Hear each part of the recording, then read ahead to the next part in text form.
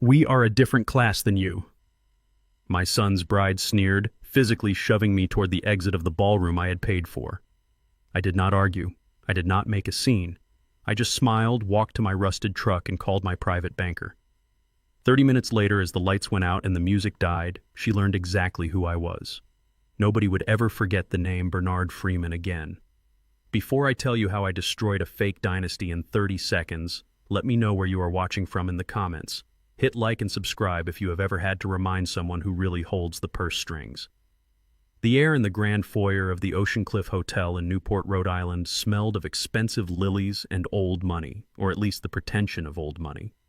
I stood near the entrance checking my watch, a Timex I had bought at a drugstore 15 years ago. Around me, men in tuxedos and women in silk gowns flowed like a river of diamonds and arrogance. They glanced at me and then looked away quickly, their eyes sliding off me as if I were a stain on the pristine marble floor. I understood why. In a sea of black tie perfection, I was wearing a faded denim jacket over a simple button-down shirt and work boots that had seen more construction sites than these people had seen days of honest labor. To them, I was Bernard, the invisible old man. Bernard, the embarrassment. But to me, that jacket was everything. It was the last thing my wife Sarah bought me before the cancer took her 5 years ago. It still smelled faintly of her lavender detergent, and wearing it was the only way I could walk into this nest of vipers without feeling completely alone. I was here to see my son Trey get married. I was here to give him away to a woman I knew in my gut was poison. But a father shows up. That is the rule. Get out. The voice was a hiss, sharp and venomous. I turned to see Madison St. James, the bride, standing there like an angry swan. Her dress probably cost more than my first house. It was white-laced tight and expanding into a train that took up half the hallway. Her face, heavily made up, was twisted in a look of pure disgust. She was trembling, not with pre-wedding nerves, but with rage. "Excuse me," I said, my voice calm, deep. The voice of a man who spent 40 years shouting over jackhammers and cranes. "You heard me?" Madison stepped closer, invading my personal space, her perfume cloying and sweet. "Look at you. This is a black tie event, Bernard. This is not a farmer's market or a reunion for your drinking buddies. You look like a janitor who got lost on his way to clean the toilets. You are ruining the aesthetic. You are ruining my photos. You need to leave, now." I looked past her shoulder. My son Trey was standing 3 feet behind her. He looked sharp in his tuxedo, handsome, tall, a young man who had my eyes and his mother's smile. But in that moment, he looked small. He was staring at the floor, studying the polish on his shoes as if the secrets of the universe were written in the leather. "Trey," I said. He flinched, but didn't look up. "Don't talk to him," Madison snapped, stepping between us, blocking my view of my son. "He agrees with me. We talked about this. We told you the dress code was strict. We told you that my family is different. We have standards. The St. James name means something in Newport. We cannot have you stumbling around looking like a charity case in front of the senator and the investors. It is humiliating." I looked at her calmly. I did not raise my voice. I did not tell her that the $85,000 check that secured this venue had my signature on it. I did not tell her that the St. James name meant absolutely nothing to the credit bureau, where her father Richard had a score lower than the temperature outside. "I am his father, Madison," I said. "This jacket has sentimental value. Trey knows that." "Sentiment doesn't buy class," she sneered. "We are a different class than you, Bernard. You are blue-collar. You are dirt under the fingernails. We are elite, and honestly having you here is confusing the guests. People think we hired security that sleeps on the job. Just go. Go back to your little shack and wait for the photos. We will send you the ones where you are cropped out." My heart hammered against my ribs, but my face remained stone. I had built skyscrapers. I had managed infrastructure projects worth hundreds of millions. I knew how to handle structural stress. This girl was just a hairline fracture. "Trey," I said again, louder this time. "Look at me, son." Trey slowly lifted his head. His eyes were watery, filled with panic. He looked at Madison, who was glaring at him with a silent threat burning in her gaze. Then he looked at me. "Dad," he whispered, his voice cracking. Maybe it is better if you go, just for the ceremony. You know how important this is to Madison. Her parents are really strict about appearances. Please, just do this for me. The silence that followed was heavy, deafening. It drowned out the string quartet playing in the ballroom. My son, the boy I had put through college, the man I had taught to fish, to shave, to drive, was choosing a facade over his own blood. He was ashamed of me. Not because I was a bad father, but because I didn't fit the picture his wife wanted to paint for Instagram. Before I could answer, two more figures appeared. Richard and Victoria St. James, Madison's parents. Richard was wearing a tuxedo that fit a little too tightly around the waist, and Victoria was dripping in jewelry that I knew for a fact was rented. "Is there a problem here?" Richard asked, his voice booming with the fake authority of a man who hasn't paid a mortgage on time in 6 years. "He refuses to leave, Daddy." Madison whined, stomping her foot like a toddler. "He is ruining everything." Victoria stepped forward, looking me up down through her nose. Her face was pulled tight from too many surgeries. "Mr. Freeman," she said, her tone dripping with ice, "we have been very patient with your eccentricities. But this is a social event of the highest caliber. We have invited important people, people who do not want to be uncomfortable. Your presence in that attire is quite frankly an insult to our hospitality. Please do not make us call security. It would be so undignified for you to be dragged out." Hospitality. The word tasted bitter. They hadn't paid for a single napkin at this wedding. I had covered the venue, the catering, the flowers, the open bar. Even the deposit on the vintage Rolls-Royce parked outside came from my account. But to them, I was just the ATM they hid in the closet. I looked at Richard, I looked at Victoria, then I looked at Madison. Finally, my gaze landed on Trey one last time. "Trey," I asked, my voice low, "is this what you want?" "You are letting them kick your father out because of a jacket." Trey swallowed hard. He looked at Madison. She crossed her arms and raised an eyebrow, a silent ultimatum. "Go home," Dad, Trey muttered, turning his back on me. "Please, just go." That was the moment. The snap. It wasn't a loud crack like a beam breaking. It was a quiet shift, like a foundation settling into the earth. The love I had for my son didn't die, but it hardened. It froze. I realized then that I wasn't protecting him anymore. I was enabling a parasite. I had raised a man who would sell his soul for a seat at a table where he would never truly be welcome. "Understood," I said. I didn't yell. I didn't curse. I simply nodded to Richard and Victoria, who looked relieved and turned around. "Good riddance," Madison hissed behind me. "And take that ugly truck with you. It is an eyesore in the valet lot." I walked out through the double glass doors into the cool ocean air.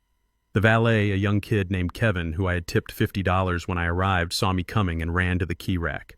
"Leaving already, Mr. Freeman?" Kevin asked, surprised. "The ceremony hasn't even started. Change of plans." "Kevin," I said, taking my keys. "Bring her around." He brought up my 2005 Ford F-150. It was rusted around the wheel wells and the paint was peeling on the hood, but the engine purred like a tiger. It was reliable. It was real. Unlike everything inside that hotel. I climbed into the cab, the familiar smell of old leather and coffee grounding me. Through the windshield, I could see the guests moving toward the ceremony garden. I saw the waiters carrying trays of champagne I had paid for. I saw the flowers arrangement of white orchids I had paid for. I reached into my pocket and pulled out my phone. My hands were steady. I scrolled through my contacts until I found the name I needed. Mr. Cohen. It rang twice. Bernard, Mr. Cohen's voice was sharp alert. "It is Saturday. You are supposed to be at the wedding. Is everything all right?" Mr. Cohen was not just my lawyer. He was my shark. He handled the affairs of the Freeman Trust, an entity that owned 4 luxury apartment complexes downtown and held significant shares in the regional bank. He was the only person besides the IRS who knew that the old man in the denim jacket was worth north of $12 million. "The wedding is off, Cohen," I said, staring at the hotel entrance. "Off. Did the groom get cold feet?" "No," I said. "The father of the groom got cold feet. I want you to execute Clause 0 immediately." There was a pause on the line. Cohen knew what Clause 0 was. We had drafted it 3 months ago when I first started smelling the rot in the St. James family finances. It was the nuclear option. The kill switch. "Are you certain?" Bernard Cohen asked, his voice dropping an octave. "Clause 0 is scorched earth. Once I hit that button, the funds are clawed back instantly. The credit lines are frozen. The authorization holds are released. It will be chaos." I watched Madison appear at the top of the stairs, laughing with her bridesmaids, posing for a photo. She looked radiant. She looked triumphant. She thought she had won. She thought she had taken out the trash. I am certain I said, "Cut it all, Cohen. The catering, the venue, the bar. Cancel the check for the honeymoon suite and call the bank. Tell them the credit card I gave Trey for incidentals has been reported compromised. I want it declined if he tries to buy a stick of gum." Understood? Cohen said, the sound of typing already audible in the background. "It is done. The venue manager will get the notification of non-payment in about 3 minutes. The catering company will see the funds reversed in 5. Bernard, are you safe?" "I am in the truck," I said, starting the engine. "Good. Drive away, Bernard. It is about to get very dark in there." I hung up the phone. I put the truck in gear and slowly rolled out of the parking lot. I didn't speed. I drove the speed limit, my arm resting on the open window frame, the cool air hitting my face. As I turned onto the main road, I glanced at the rearview mirror. The Ocean Cliff Hotel stood majestic on the hill, glowing with golden light. It was a castle built on sand, and the tide had just come in. I imagined the scene that was about to unfold. The manager walking onto the stage, tapping the microphone. The confusion, the decline of the credit cards, the sudden realization that the free ride was over. Madison St. James wanted a wedding that people would talk about for years. She wanted a memorable night. I smiled for the first time that day. I was going to give her exactly what she wanted. I drove toward the highway, leaving the ocean behind. My phone buzzed on the passenger seat. It was a text from Trey. "Thanks for leaving without a scene, Dad. We will make it up to you." I didn't reply. I didn't delete it. I just let the screen go black. He had no idea that the scene hadn't even started yet. The scene he was worried about was me wearing a denim jacket. The scene he was about to get was a financial apocalypse. I turned on the radio, finding a blues station. The music filled the cab, mournful and gritty. I thought about Sarah. She would have tried to make peace. She would have tried to reason with them. But Sarah was gone, and she had taken the softness of this family with her. All that was left was me. And I was done being the silent foundation they built their lies upon. 30 minutes later, I pulled into the driveway of my small, modest ranch house. It was the house Trey grew up in. It was paid off. It was solid. It was home. I walked into the kitchen and poured myself a glass of cheap box wine. I sat in my recliner and looked at the clock. 7:30 p.m. They would be seating for dinner right now, the salad course, or rather, they would be attempting to seat for dinner. My house phone rang. It was the landline a number-only family had. I let it ring. 1 ring, 2 rings, 3 rings. The answering machine clicked on. Beep. "You pathetic old man." It was Madison. She was screaming so loud the microphone on her end was distorting. "What did you do?" "The manager is saying the check bounced." They stopped serving the wine. "My dad's card is being declined. Fix this. Fix this right now, or I swear to God I will make sure you never see your son again." "You hear me? Pick up the phone. We are being humiliated." Click. I took a sip of wine. The vintage was tart, but tonight it tasted like nectar. Humiliated. She didn't know the meaning of the word, not yet. Being kicked out of your own wedding venue because the bill wasn't paid was embarrassing, sure. But what was coming next, that was humiliation. Because Madison and her parents didn't just lose a party tonight, they lost the house they were planning to sleep in tomorrow. They lost the car they drove here in. They lost the future they thought they had secured by trapping my son. I leaned back in the chair and closed my eyes. The silence in my house was heavy, but it was peaceful. I was alone, but for the first time in a long time, I didn't feel lonely. I felt clean. Tomorrow, the war would truly begin. They would come for me. They would come screaming and crying and threatening. They would try to spin the narrative. They would try to make me the villain. Let them try. I am an engineer. I know that when a structure is rotten, you don't paint over it. You don't patch the cracks. You bring it down. You implode it so you can build something stronger on the bedrock. Tonight, I pushed the plunger. Tomorrow, I would watch the dust settle. I sat in the dark of my kitchen, the only light coming from the screen of my iPad. I was not looking at family photos or checking my bank account. I was watching a live stream. One of Madison's bridesmaids, a girl named Chloe with more followers than brain cells, had been broadcasting the entire evening on social media. She wanted to show off the exclusivity of the event. Instead, she was about to broadcast the most expensive train wreck in Newport history. On the screen, the ballroom was a sea of candlelight and crystal. The band had just started playing the opening notes of the song Madison had chosen for her first dance. It was a moment designed for perfection. Madison stood in the center of the floor, her dress pooled around her, waiting for Trey to take her hand. She looked like a queen waiting for her subjects to bow. Then the music died. It didn't fade out. It stopped with a jarring screech of feedback that made half the guests flinch. The lights, the harsh overhead maintenance lights that show every flaw in the carpet and every line on a face, flickered on instantly. The romantic amber glow vanished, replaced by a clinical fluorescent glare. A man walked onto the dance floor. It was Mr. Henderson, the venue manager. I knew him. He was a professional, a man who had seen everything. But tonight, he looked grim. He held a clipboard in his hand like a weapon. "Excuse me, everyone," Mr. Henderson said, his voice booming without the microphone. "We have a situation that requires immediate attention." Madison stomped her foot, her face twisting from radiant bride to spoiled brat in a nanosecond. "What are you doing?" she hissed loud enough for the camera to pick up. "Get off the floor. We are filming." Mr. Henderson didn't flinch. He turned to Madison and Trey. "Mrs. Freeman," he said, and I could see the title made her preen for a split second before he crushed her.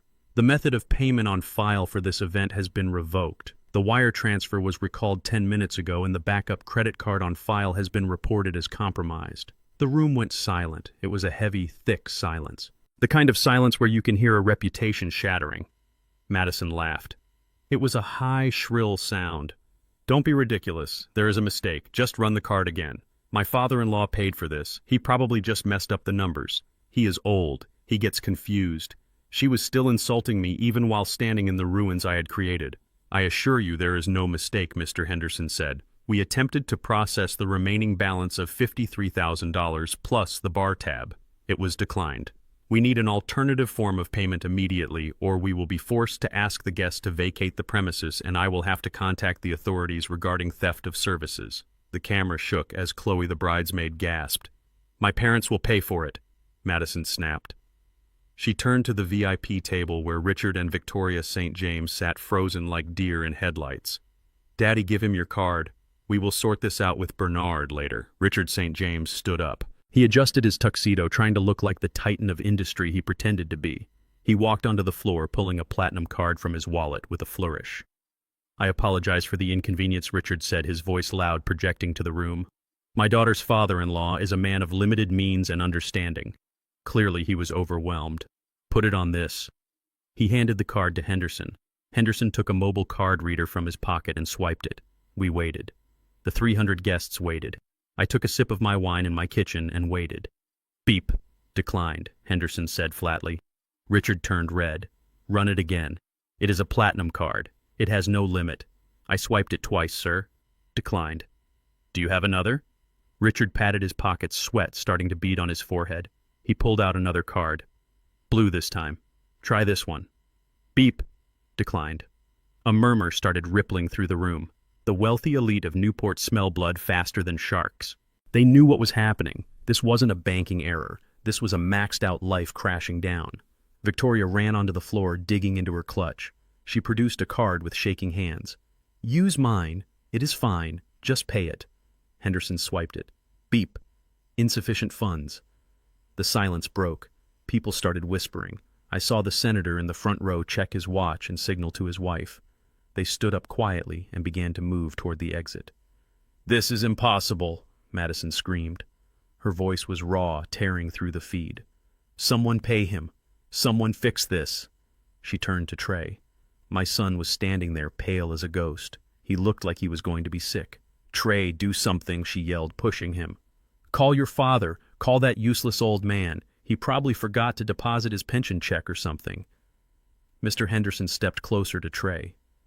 "Mr. Freeman," he said. "The authorization was canceled by Mr. Bernard Freeman personally. He contacted us directly. He stated that since he was removed from the premises, he was removing his financial support. He also revoked the security deposit." Madison froze. Her face went from red to white. "Bernard," she whispered. That man in the denim jacket. He is a janitor," she screamed suddenly, losing all control. "He fixes pipes. He drives a truck that belongs in a junkyard. Where did he get $85,000? She looked at Trey. "You told me he was a nobody. You told me he just had a little retirement savings." Trey looked down at his shoes the same way he had when they kicked me out. "I thought he did." Trey mumbled. I didn't know he had this kind of money. I swear, Madison, I didn't know. The stream abruptly ended. Chloe the bridesmaid must have realized that filming her friend's social execution wasn't going to get her invited to the next brunch. The screen went black, but I didn't need to see anymore. I knew what was happening. The waiters were clearing the plates before the food was even touched. The bar was closing. The guests were fleeing, trying to distance themselves from the stench of failure. I put the iPad down. My house was quiet. The old grandfather clock in the hall ticked steadily. Tick-tock, tick-tock. It was the sound of time running out for the St. James family. My cell phone started to ring. It was Trey. I watched the screen light up. Trey calling. I didn't answer. It rang again and again. He called 4 times in a row. Then a text came through. Dad, please pick up. They are threatening to call the cops. Richard is trying to argue with the manager, but they are saying we have to leave. Where did you get that money? Why did you do this? Please answer. I deleted the text without replying. Then came the call I was waiting for. Unknown number. I knew it was Madison. She was probably using a waiter's phone, or maybe she had snatched one from a guest because her own service was likely part of the family plan I paid for. I let it go to voicemail. I waited 30 seconds, then dialed into my voicemail to listen. Her voice was distorted by rage and tears. It was a guttural, animalistic sound. You miserable, spiteful old man. Who do you think you are? You think this makes you powerful? You are nothing. You are a dirty, blue collar. Nobody who got lucky with a savings account. You ruined my wedding. You humiliated my family. I am going to sue you. Do you hear me? I am going to find a lawyer, and I am going to sue you for emotional distress, for breach of contract, for everything you have. I will take your little house. I will take your rusted truck. I will take every cent of that pathetic pension you have been hoarding. You will die in the gutter, Bernard. You will die alone, and I will laugh. Click. I listened to the message again. I wanted to etch her voice into my memory. I wanted to remember the exact tone of her entitlement. She was going to take my pension. She was going to sue me. I laughed. It was a dry, rasping sound in the empty kitchen. She thought the wedding was the end of it. She thought the humiliation of tonight was the worst thing that could happen. She was worried about a party. She didn't know that the wedding was just the fireworks. The real explosion was set for tomorrow morning. I looked at the calendar on my wall. Tomorrow was Sunday. But for Madison and Trey, it was going to be Judgment Day. They were heading to the honeymoon villa, the beach house I had bought 3 years ago under a shell company. The house they thought was a wedding gift from a rich uncle of hers that didn't exist. They thought they had a place to land. They thought they had a roof over their heads. I picked up my phone and sent one single text message to my security contractor, a man named Mike, who used to be a Navy SEAL and now ran the tightest property management firm in the state. Message execute phase 2. Change the codes, post the notice. Mike replied instantly. Done. I put the phone down and finished my wine. It was cheap wine, but tonight it had a finish that tasted like victory. Madison St. James wanted to know who I was. She wanted to know what kind of man wears a denim jacket to a black tie wedding. She was about to find out that I was the man who owned the ground she stood on, and I had just decided to open a sinkhole. I washed my glass, dried it, and placed it in the cupboard. I turned off the kitchen light. Good night, Madison, I whispered to the darkness. Sleep well. You are going to need the rest. The sun was just beginning to bleed gray light over the Atlantic Ocean when the convoy of defeat rolled up the long gravel driveway of the beach house. I wasn't there physically, but I knew the scene as well as if I had drawn the blueprints myself. I had access to the security cameras from my hotel suite, and I watched the feed with a cup of black coffee in my hand. It was Sunday morning, the day of rest, but there would be no rest for the wicked. Trey was driving the lead car, a rental SUV, because Madison's Range Rover was still parked at the venue behind a locked gate. Next to him was Madison, still wearing her ruined wedding dress, the hem stained with mud and wine. Behind them followed Richard and Victoria St. James in their leased Mercedes. They looked like refugees from a high society gala that had been bombed. They were exhausted. They were hungover. But mostly they were desperate. This house was their finish line. This sprawling glass and timber mansion overlooking the water was the prize they thought they had won. Madison had told everyone it was a wedding gift from a reclusive great-uncle on her mother's side. A convenient lie to explain why they weren't paying for it. The truth was that I had bought the place 3 years ago through a shell corporation called Freeman Holdings. I had let them stay there rent-free for 6 months under the guise of a trial period while the uncle finalized the deed transfer. I watched on the screen as the cars stopped. The brake lights washed the scene in an eerie red glow. Then I saw the moment their hearts stopped. The front lawn, usually manicured to within an inch of its life, looked like a landfill site for luxury goods. Their furniture was out there. All of it. The Italian leather sectional sofa was sitting sideways in the wet grass soaking up the morning dew. Their designer clothes were piled in heaps like trash bags. Madison's collection of handbags, which she treated better than she treated people, were scattered across the driveway. The movers I had hired the night before had been efficient but not gentle. They had followed my instructions to the letter. Remove all unauthorized personal property from the premises immediately. I saw Madison scramble out of the car. She tripped on her dress and fell onto the gravel, scraping her hands, but she scrambled up, running toward the pile of belongings. "No," she screamed. Her voice was thin and tinny through the microphone on the security camera. "No, no, no. My things. Look at my things." She grabbed a silk blouse that was damp with mist and clutched it to her chest. Trey got out of the car slowly. He looked like a man walking to the gallows. He stared at the house, then at the pile of debris that used to be his life. Richard and Victoria stepped out of the Mercedes. Victoria put a hand over her mouth. Richard just stared. And that was when I knew the other shoe was about to drop. I knew a secret about Richard St. James that even Trey didn't know. Richard didn't just need a place to crash for the night. Richard had sold his own house 2 weeks ago to pay off a gambling debt to a loan shark in Providence. He had told Victoria it was a strategic sale to downsize, but the reality was simpler. They were homeless. This beach house wasn't just a honeymoon spot. It was the only roof they had left. "What is going on?" Richard shouted, his face turning purple. "Why is our furniture outside?" Madison ran to the front door. It was a massive, heavy oak door with a digital keypad. She punched in the code. I watched her fingers move. 1996, the year she was born. Of course. The lock flashed red. She punched it again, harder. Red. She tried a third time, slamming her palm against the keypad. "Open," she shrieked. "Open, you stupid thing." Trey walked up behind her. "Let me try. Maybe they changed the batteries." He tried his code. Red.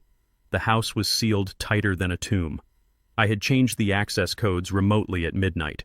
Suddenly a figure stepped out from the shadows of the wraparound porch. It was Mike, my head of security. He was 6 feet 4 inches of muscle and stone. He wore a simple black polo shirt with the logo of the security firm. He didn't look aggressive. He looked like a wall that you shouldn't run into. "Can I help you folks?" Mike asked, his voice calm and deep. Madison spun around. "Who are you?" "Get off my property. I am calling the police." "I wouldn't do that, ma'am," Mike said, stepping into the light. "The police have already been notified that there are trespassers on the premises." "Trespassers?" Madison laughed, a hysterical, high-pitched sound. "I live here. This is my house. It is my wedding gift." Mike reached into his back pocket and pulled out a folded document. It was thick legal paper. He handed it to Trey, not Madison.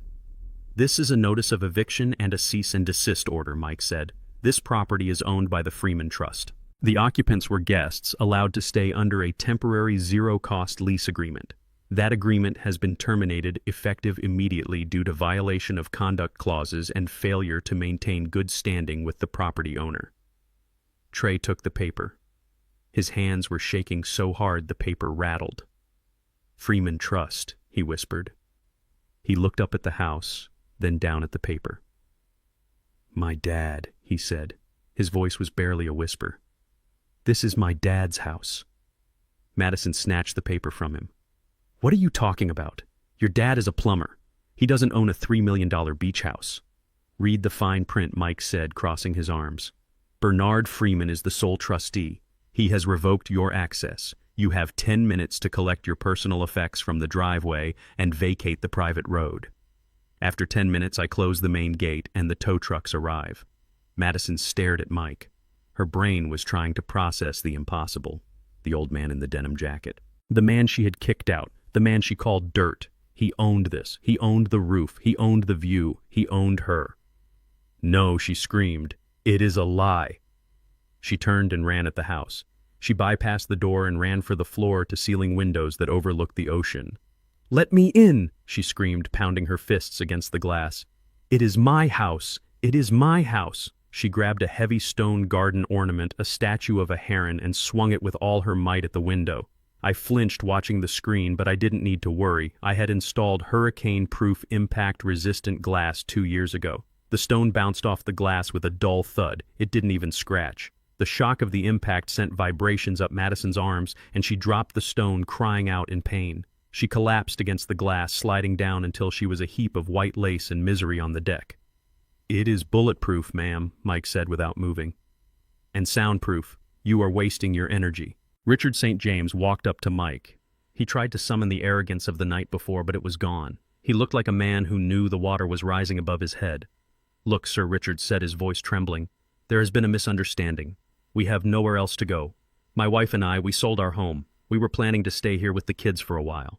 Just let us in to make some calls. We can sort this out with Bernard. We are family after all." Mike didn't blink.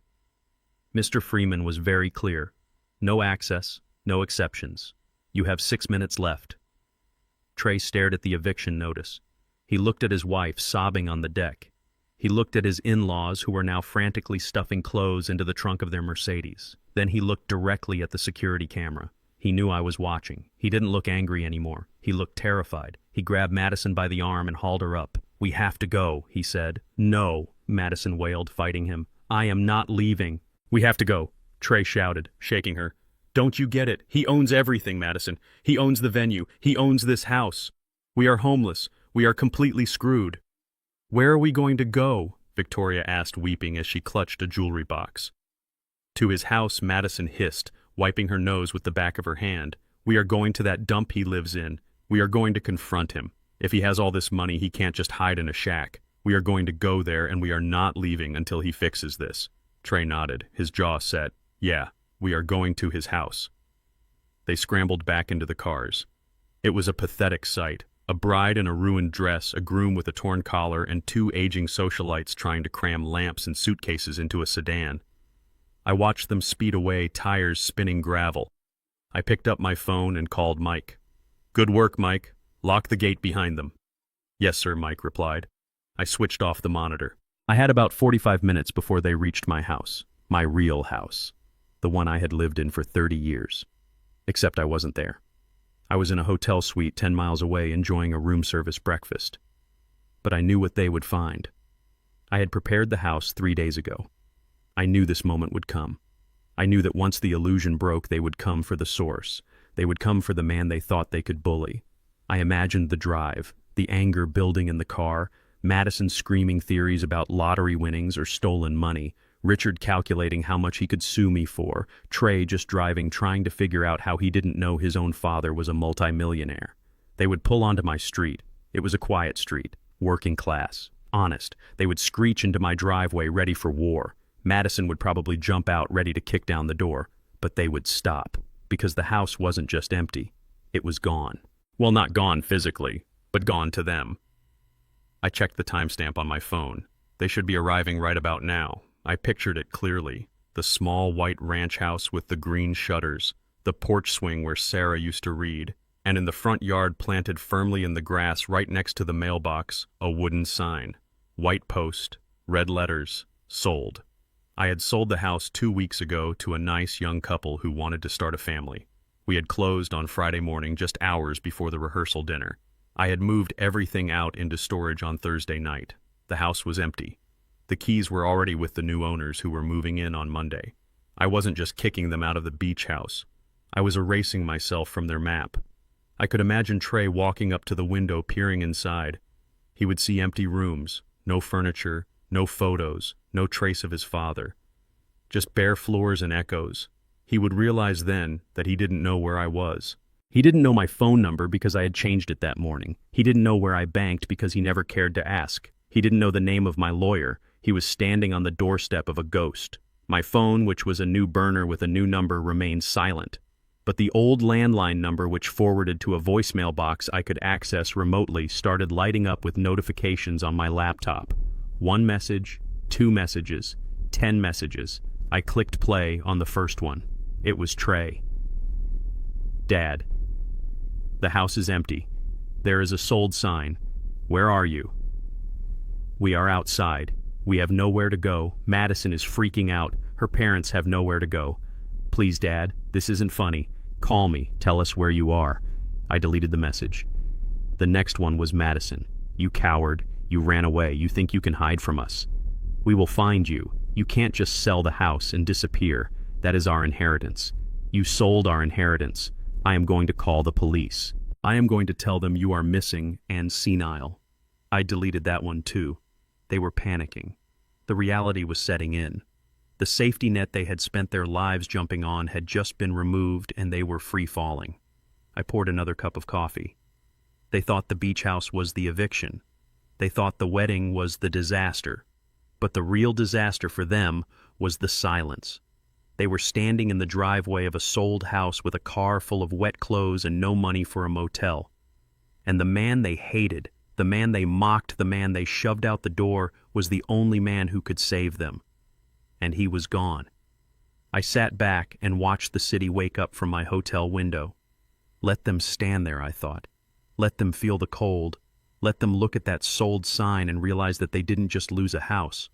They lost the only person who ever actually gave a damn about them. Now they were on their own, truly on their own. And I had a feeling they wouldn't last a week.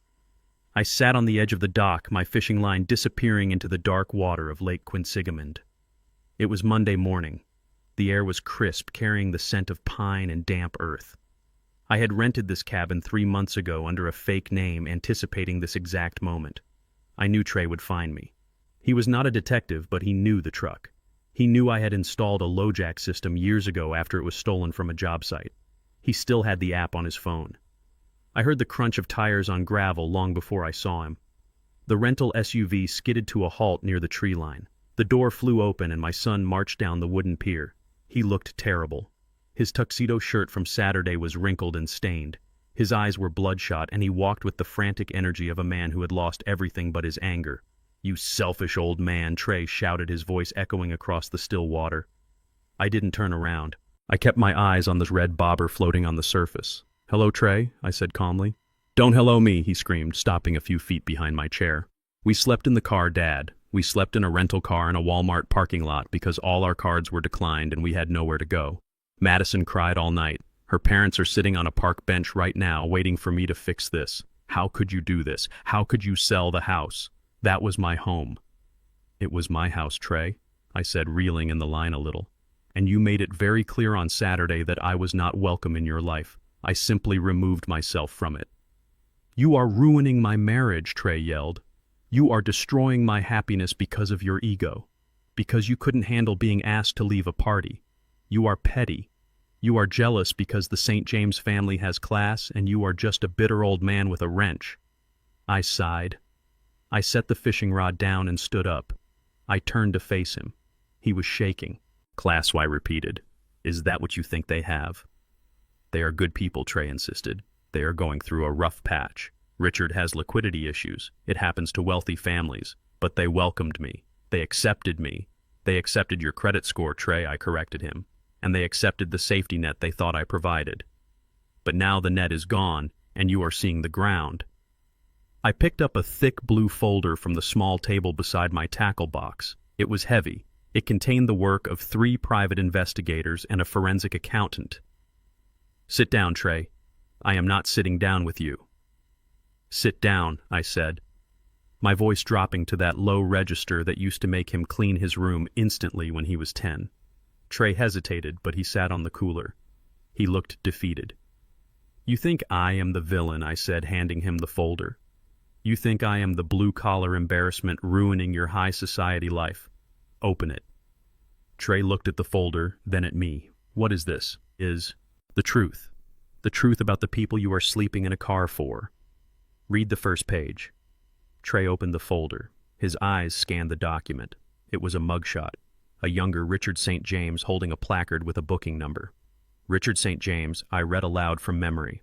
Arrested in 1998 for insurance fraud and embezzlement. Served 18 months in a minimum security facility in Connecticut. He didn't lose his liquidity, Trey. He lost his license to trade securities. He has been living off credit card kiting schemes for 20 years. Trey flipped the page. His hands started to tremble. "Keep going," I said. The next page was a credit report for Victoria St. James. $400,000 in consumer debt, I said. Neiman Marcus, Saks Fifth Avenue, Nordstrom. She has 7 maxed out cards and 3 judgments against her from collection agencies. They didn't sell their house to downsize. The bank foreclosed on it last Tuesday. That is why they were at the beach house. They are homeless, Trey. Just like you. Trey stared at the papers. He looked sick. And Madison? I asked softly. Look at the school records. He turned the page. Expelled from boarding school in 10th grade for theft, I said. Caught stealing jewelry from her roommates. Then again in college. Suspended for academic fraud. She isn't an influencer, Trey. She is a grifter in training. She hunted you. She found a guy with a steady job and a father she thought was a pushover, and she latched on. Trey slammed the folder shut. This is lies. You dug up dirt to make them look bad. I didn't dig up dirt, I said. I excavated the foundation. It is rotten, Trey. The whole structure is termite-ridden. Trey looked at me, his eyes wet. Why are you doing this? Why do you hate them so much? I don't hate them, I said. I hate that they treat you like an ATM. I hate that they treat me like a servant. And I hate that you stood there and let them do it. Trey stood up, pacing the small dock. You don't understand, Dad. They have connections. They know people. Even if they have debt, they are part of a world you don't get. You are a plumber, Dad. You fix leaks. You don't understand high finance. I laughed.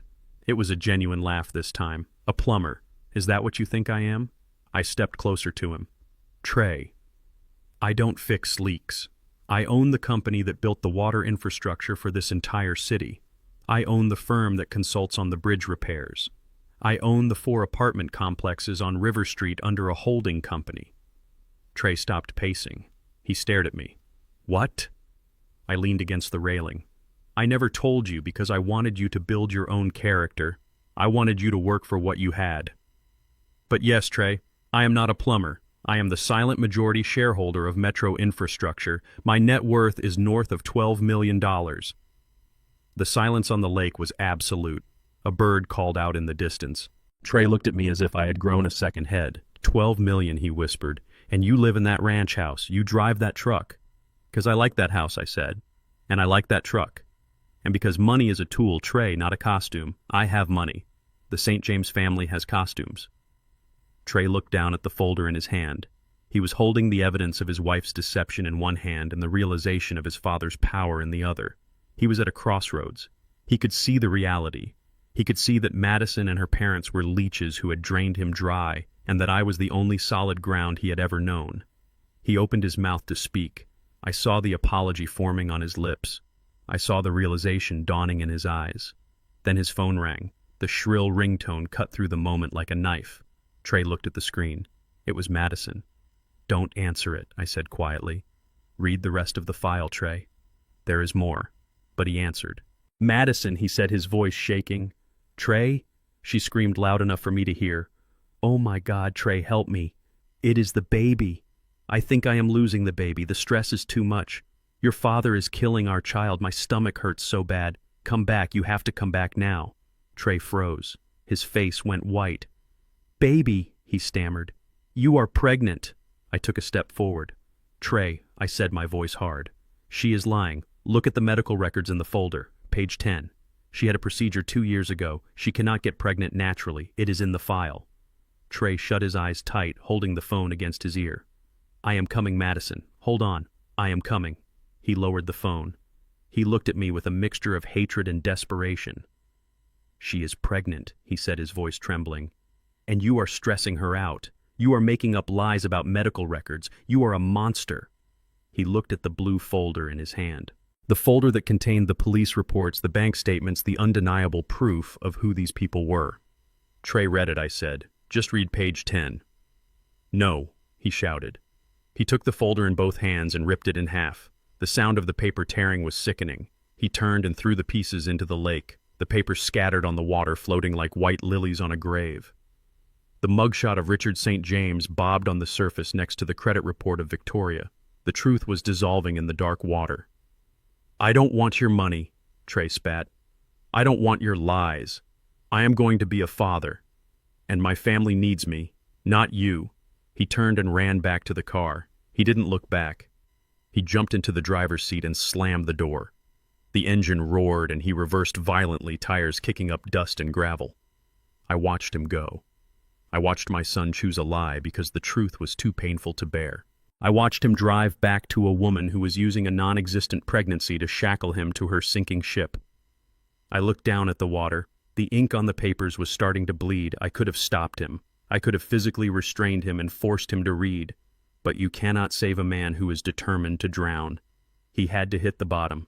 He had to feel the pressure crush him before he would look for the surface. I picked up my fishing rod. The line was still tight. The bobber was still floating. I sighed. "Go ahead, son," I whispered to the empty air. "Go save your damsel. But when you realize there is no baby, and there is no money, and there is no love, you are going to come back here.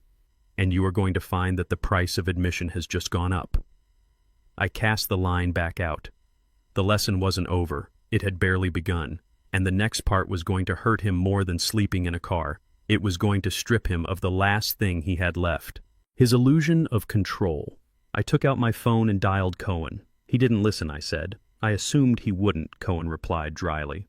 Phase 3. Phase 3, I confirmed. Initiate the repo order on the Range Rover. And Cohen. Yes, Bernard. Prepare the paternity suit paperwork. Just have it ready. Understood. I hung up. The sun was fully up now, shining on the water. It was a beautiful day. A beautiful day for a reckoning. I sat back in my chair and waited for the fish to bite. I had plenty of time. Trey, however, was running out of it fast. I sat in the dim light of the cabin living room, watching the world burn through the screen of my laptop. It was Tuesday evening. The silence of the lake outside was a stark contrast to the noise erupting online. My phone had been buzzing incessantly, not with calls, but with notifications. Google alerts, Twitter mentions, Instagram tags. My name, Bernard Freeman, was trending. And not because I had built half the city's water system. I clicked on the link that started it all. It was a TikTok video posted by Madison. The caption read, "My truth, surviving a toxic father-in-law." The video opened with Madison sitting on the floor of what looked like a cheap motel room. She had ring lighting set up, making her tear-stained face look tragically beautiful. She wasn't wearing designer clothes today. She was wearing a simple, oversized gray t-shirt, looking small and vulnerable. "Hey guys," she whispered, wiping a fake tear from her cheek. "I didn't want to make this video. I really didn't, but I feel like I have to speak my truth because I am being silenced." She took a shaky breath. "You all saw the wedding getting canceled. You saw the humiliation. But you didn't see what happened before. You didn't see the abuse." She held up a photo. It was a grainy, zoomed-in picture of me at the wedding entrance. She had applied a dark filter, making me look looming and shadowy. My face was set in a scowl the moment she insulted me, but out of context, I just looked angry.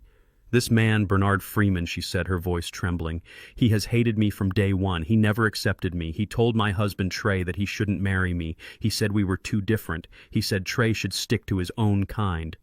My jaw tightened. I had never said that. I had never cared about race. I cared about character.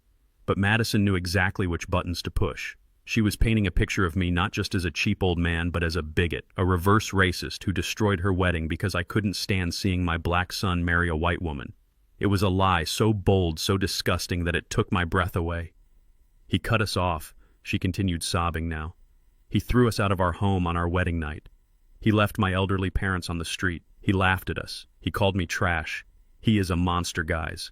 A rich, powerful monster who thinks he can control everyone with his money. Please help us. We have nothing. He took everything." The video ended with a link to a GoFundMe page titled "Help Madison and Trey Rebuild."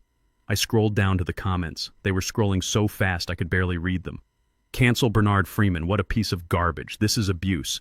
Someone find where he lives. Boycott his business. Does anyone know what he does? Protect this queen. They called me a monster. They called me a tyrant. Thousands of strangers who didn't know me, who didn't know I spent 40 years building a reputation on honesty and hard work, were now ready to burn me at the stake based on a 60-second clip from a professional liar. I could have been angry. I could have been hurt. But I am a structural engineer. I know that when a building is swaying in the wind, you don't scream at the wind. You activate the dampeners. You stabilize the core. I didn't open a Twitter account to argue. I didn't comment on the video. I picked up my phone and dialed a number that wasn't in my contacts under a name but under a symbol. A simple period. Elena picked up on the first ring. Elena was the head of public relations for Metro Infrastructure, the parent company of my holdings. She was a woman who could spin a hurricane into a light breeze. Mr. Freeman, she said, her voice crisp. We are monitoring the situation. The hashtag Boycott Freeman is gaining traction. They haven't linked you to Metro yet, but it is only a matter of time before internet sleuths connect the LLCs. Do you want us to issue a denial? No denials, Elena, I said, taking a sip of water. Denials look like guilt. I want to go on the offensive. What do you have? She asked. I have the raw footage, I said. I had purchased the security camera data from the Ocean Cliff Hotel the morning after the wedding. I paid a premium for it, ensuring I had the rights to every angle, including the high-definition camera positioned directly above the foyer entrance. The one with the audio recording capability. I sent the file to her encrypted server. Watch the timestamp from 5:45 p.m. Saturday, I said, and listen closely to what she says before I walk out. There was silence on the line for 2 minutes. I heard the faint clicking of her keyboard. Then I heard a sharp intake of breath. Oh my God, Elena whispered. She actually said that. She said it, I confirmed. Prepare the clip, subtitle it, and release it. Not from me. Leak it to the drama channels. Send it to the news outlets that are currently running her sob story. Burn it down, Elena. Consider it done, she said. I hung up. I watched the sunset over the lake. The internet moved fast, but the truth moved faster when it had video evidence. 2 hours later, the tide turned. It started with a small account on Twitter that posted the clip, then a larger one, then TMZ picked it up. The video was clear, crystal clear. It showed me standing there in my denim jacket looking calm.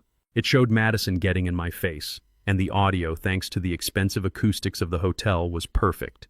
We are a different class than you, Madison's voice sneered from the screen. You are blue collar, you are dirt, you are a janitor. And then the part she left out of her story, the part that revealed her soul. Get back to your shack, you dirty old man. My family is elite. We don't want your kind here ruining the aesthetic. It wasn't just the words, it was the tone, the sheer unadulterated entitlement. The racism she had accused me of was projecting from her own mouth. She wasn't a victim. She was a Karen in a wedding dress bullying an elderly man who was just trying to see his son get married. I refreshed the TikTok page. The comments on her video had stopped praising her. They had turned into a slaughterhouse. Liar. You called him dirt because of his jacket. You are the racist one. This man paid for your wedding and you treated him like this. Refund everyone who donated to the GoFundMe right now. I watched the follower count drop. It was like watching water drain from a tub. 10,000 followers gone in a minute. 50,000. Then the brand statements started appearing. Madison wasn't a huge celebrity, but she made her living hawking detox teas and fast fashion on Instagram. It was her only stream of income, especially now that Trey was jobless. A fashion brand she worked with posted a black square with white text. We are aware of the video circulating regarding Madison St. James. We have a zero-tolerance policy for hate speech and classist behavior. We have terminated our partnership effective immediately. Then, a makeup company. We do not align with the values displayed by Madison St. James. Contract voided. I watched her digital life disintegrate in real time. She had tried to use the internet as a weapon against me, not realizing that the internet has no loyalty. It only loves a villain, and she had just auditioned for the lead role. My phone rang. It was Trey. I answered this time. Dad. He sounded breathless, like he was running. Dad, please make it stop. Make what stop, Trey? I asked. The video. It is everywhere. Madison is having a panic attack. People are sending death threats to her phone. She lost her sponsors. Dad, that was our rent money. She makes $5,000 a month from those posts. It is all gone. She should have thought about that before she lied to 2 million people, Trey, I said. She tried to destroy my reputation. She tried to paint me as a monster to get strangers to give her money. I just showed them who she really is. She is sorry, Trey cried. She is so sorry. She didn't mean it. She was just angry. She meant every word I said. And so did you when you stood there and let her do it. Dad, we are starving. We are in a motel. We have $40 left. Please, just call someone. Tell them it was a misunderstanding. Take the video down. I can't take it down, Trey. It is on the internet. It belongs to the world now. Then send us money, Trey begged. Just enough to get an apartment. Madison can't work now. No one will hire her. You have millions, Dad. You have millions, and we are drowning. I felt a twinge of pity. Just a twinge. It was the old instinct, the fatherly need to fix the scraped knee. But then I remembered the folder in the lake. I remembered him tearing up the truth because it was inconvenient. I am not sending money, Trey. I offered you a job, or rather, I offered you a path to a job. You chose to drive away. You are enjoying this." Trey spat, his voice turning venomous again. "You love seeing us suffer." "I am not enjoying it," I said honestly. "I am mourning. I am mourning the son I thought I had." "Goodbye, Trey." I hung up. The night deepened. The notifications on my laptop slowed down. The internet had moved on to the next scandal, but the damage was permanent. Madison St. James was radioactive. Her name was Mud. She would never get a sponsorship again. She would never be invited to a gala. She was exactly what she feared most: irrelevant and poor. I was about to close my laptop when an email notification popped up. It wasn't from a brand or a troll. It was from a legal firm. Subject notice of intent to sue. I opened it. It was from a lawyer named Saul Goodman, type a bottom feeder who chased ambulances and desperate clients.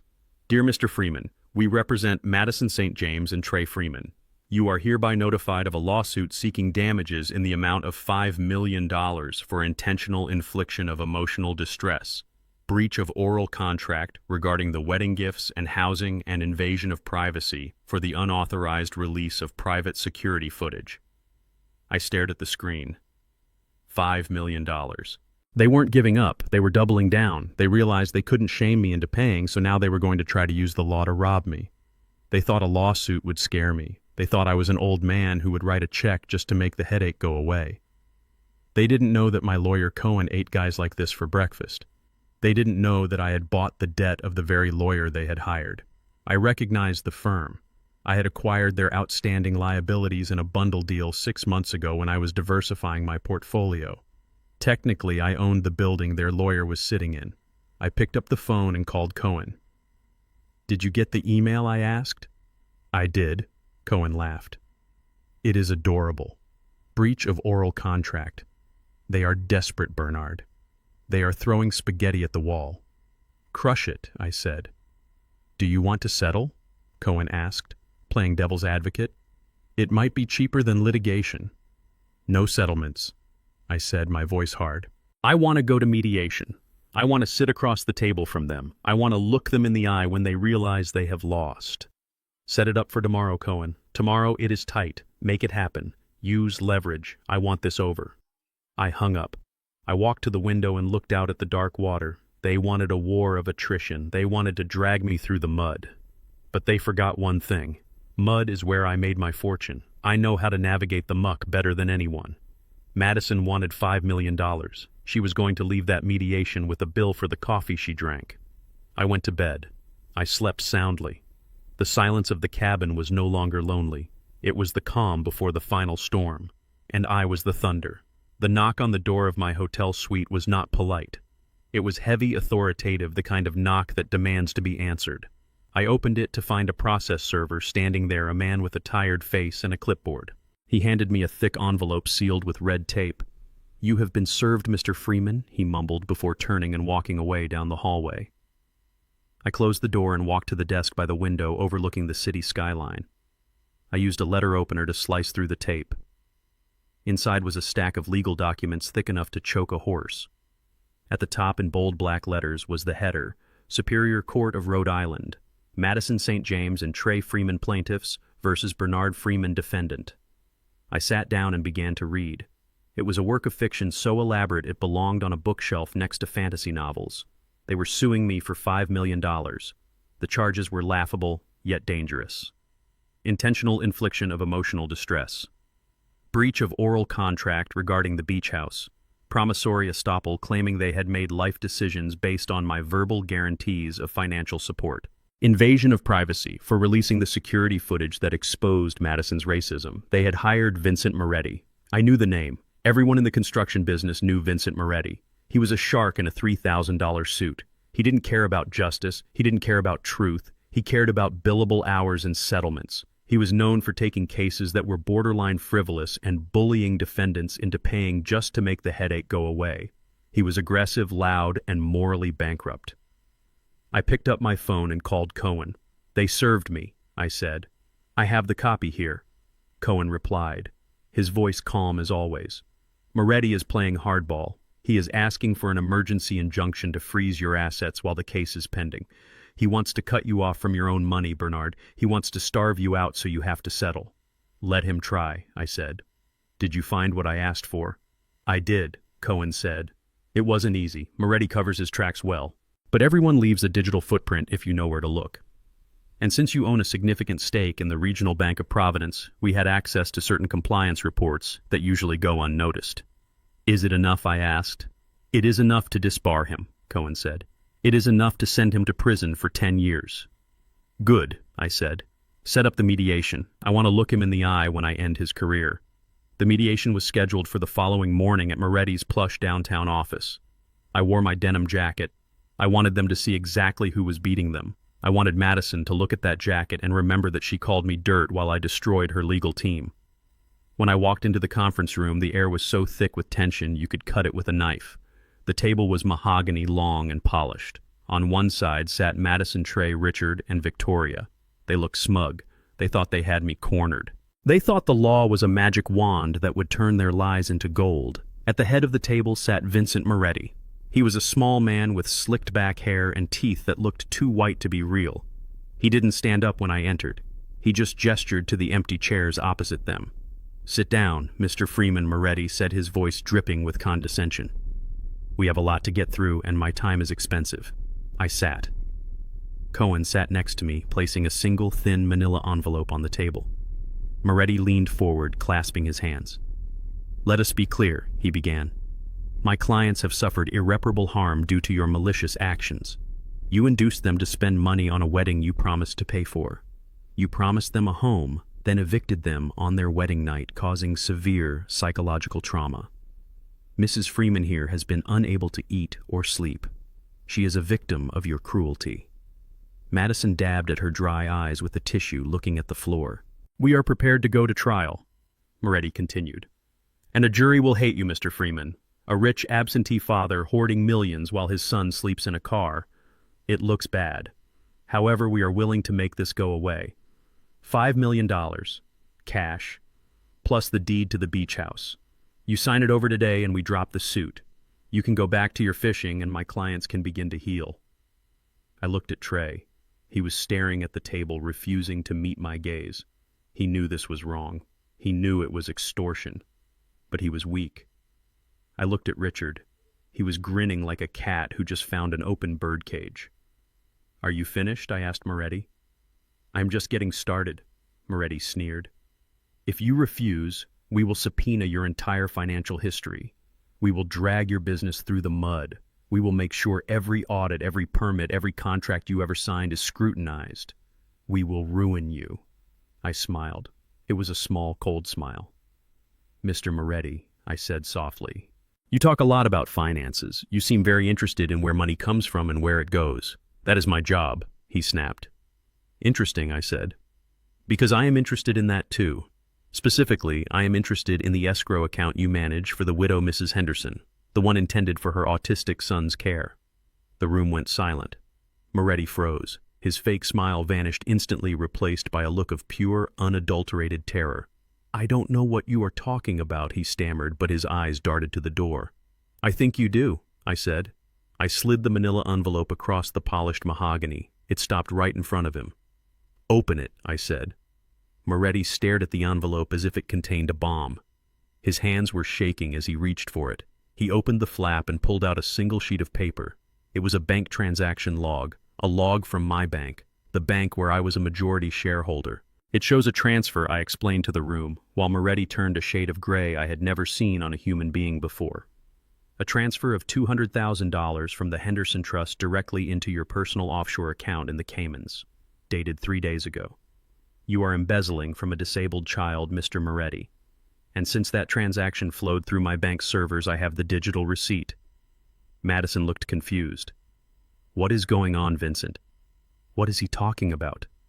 Moretti didn't answer. He couldn't speak. He was hyperventilating. He knew exactly what that piece of paper meant. It meant disbarment. It meant prison. It meant his life was over. I leaned forward. I haven't sent that to the Bar Association yet, Mr. Moretti, or the district attorney. I thought I would give you a chance to do the right thing. Moretti stood up so fast his chair fell backward with a loud crash. He shoved the paper into his briefcase, his hands trembling violently. I am recusing myself, he choked out. What? Madison screamed, standing up. You can't leave. We are winning. I cannot represent these clients. Moretti said, his voice high and panicked. There is a conflict of interest. I am withdrawing from the case effective immediately. He didn't look at them. He didn't look at me. He ran for the door, clutching his briefcase like a life preserver. He slammed the door behind him, leaving the St. James family sitting there in stunned silence. The shark had fled. The water was calm. I looked at the empty chair where the lawyer had been sitting. Then I looked at Richard St. James. Richard's face was pale. The grin was gone.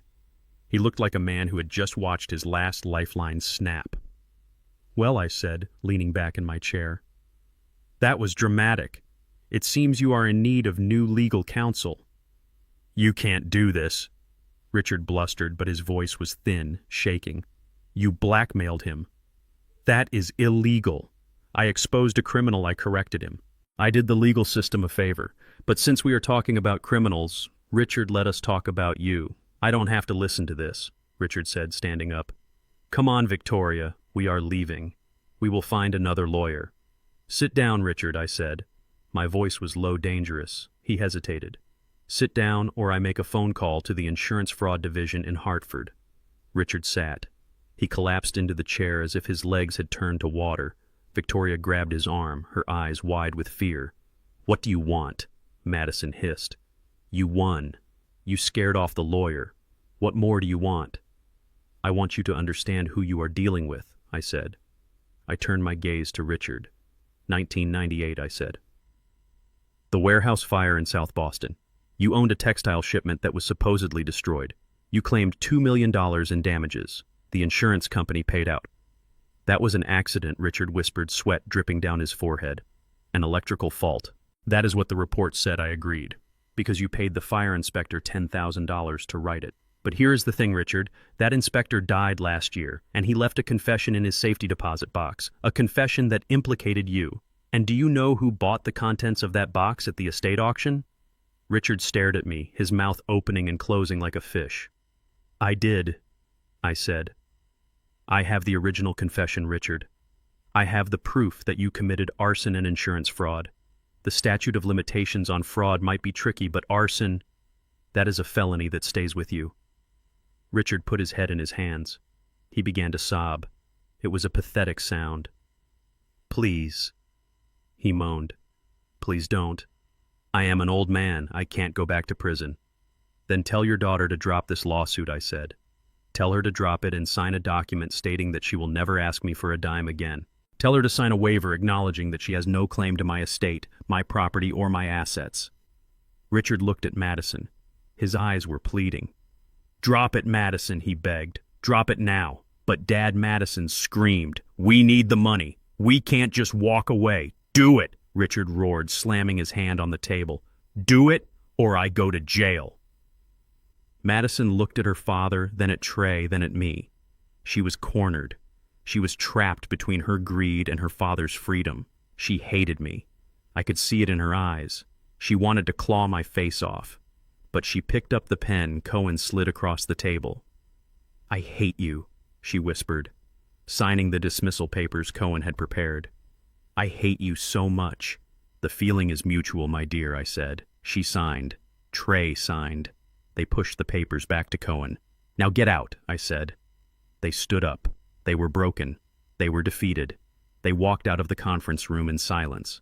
No one looked back. I stayed in my chair for a moment, watching the door close. I felt tired. It wasn't a physical tiredness. It was a heaviness in my soul. I had just destroyed my son's family. I had blackmailed a lawyer and threatened an old man with prison. I had played dirty. But as I stood up and walked to the window looking down at the city, I realized something. I hadn't started this fire. I just put it out. And now that the smoke was clearing, I could finally see the road ahead. It was going to be a long, lonely road for Trey. But maybe, just maybe, now that he had nothing, he would finally start to find himself. I turned to Cohen. File the papers, I said, and send the evidence on Moretti to the FBI anyway. He stole from a disabled kid. I don't make deals with scum like that. Cohen smiled. With pleasure, Bernard. I walked out of the office. The sun was shining. I buttoned my denim jacket and headed for my truck. The lawsuit was dead, but the war wasn't over. Madison still had claws, and I knew she wouldn't stop until she had absolutely nothing left to lose. Fortunately for me, she was almost there. The silence in my hotel suite was broken only by the hum of the air conditioner and the rhythmic tapping of my finger against the mahogany desk. I was watching a tracking dot moving across a map on my laptop screen. It was the GPS signal for the 2023 Range Rover Autobiography, a car that cost $140,000. A car that I had purchased under the Freeman Trust for my son to use because I wanted him to be safe. But today, that car was being used as a prop in a fantasy. Madison St. James was desperate to maintain the illusion of control. She had just lost her wedding venue, her honeymoon house, and her reputation, but she still had the car. To her, that SUV was a fortress. It was a symbol that she hadn't completely fallen. She had driven it to the Azure Day Spa in downtown Providence. She didn't have the money for a treatment, of course. Her cards were dead plastic. But she had a gift certificate from her bridal shower that she hadn't used yet. She was going to get a facial. She was going to live stream from the relaxation lounge. She was going to tell her followers that she was unbothered, that the truth would come out, and that she was still living the high life despite the efforts of her toxic father-in-law. I watched her Instagram story. There she was, wrapped in a plush white robe, holding a cup of cucumber water. "Hey guys," she cooed into the camera, her voice dripping with fake sweetness. "Just taking a mental health day. It is so important to stay grounded when people are trying to bring you down. The lies are exhausting, but I am focusing on my peace. Love you all." Focusing on her peace. I took a sip of my coffee. She should have been focusing on the fine print of the vehicle lease agreement. The tracking dot on my screen stopped moving. The car was parked in the spa lot. It had been stationary for 45 minutes. Perfect. I picked up my phone and dialed a number I had saved years ago. "Ronnie. Mr. Freeman." Ronnie answered on the first ring. His voice was gravel and cigarettes. He ran the most efficient repossession company in the state. "It is time, Ronnie," I said. "The vehicle is at the Azure Day Spa on 4th Street. The key fob is likely in a locker inside, but you have the master digital override I sent you." "We are 5 minutes out," Ronnie said. "Do you want us to wait until she comes out so she sees us take it?" "No," I said. "I want it gone before she steps out the door. I want her to walk out to an empty space. I want her to question her sanity." "Understood." I hung up. Technically, I didn't need a reason to take the car. The lease was in my name. I could revoke it whenever I wanted. But I was a man of details. I didn't want to give Vincent Moretti or any other lawyer a foothold. I needed cause. And Madison had given it to me on a silver platter. 2 years ago, Madison had her license suspended for unpaid speeding tickets. She never paid them. She never reinstated her license. She just kept driving, assuming the laws didn't apply to her. The insurance policy on the Range Rover had a very specific clause. Any driver operating the vehicle must hold a valid state license.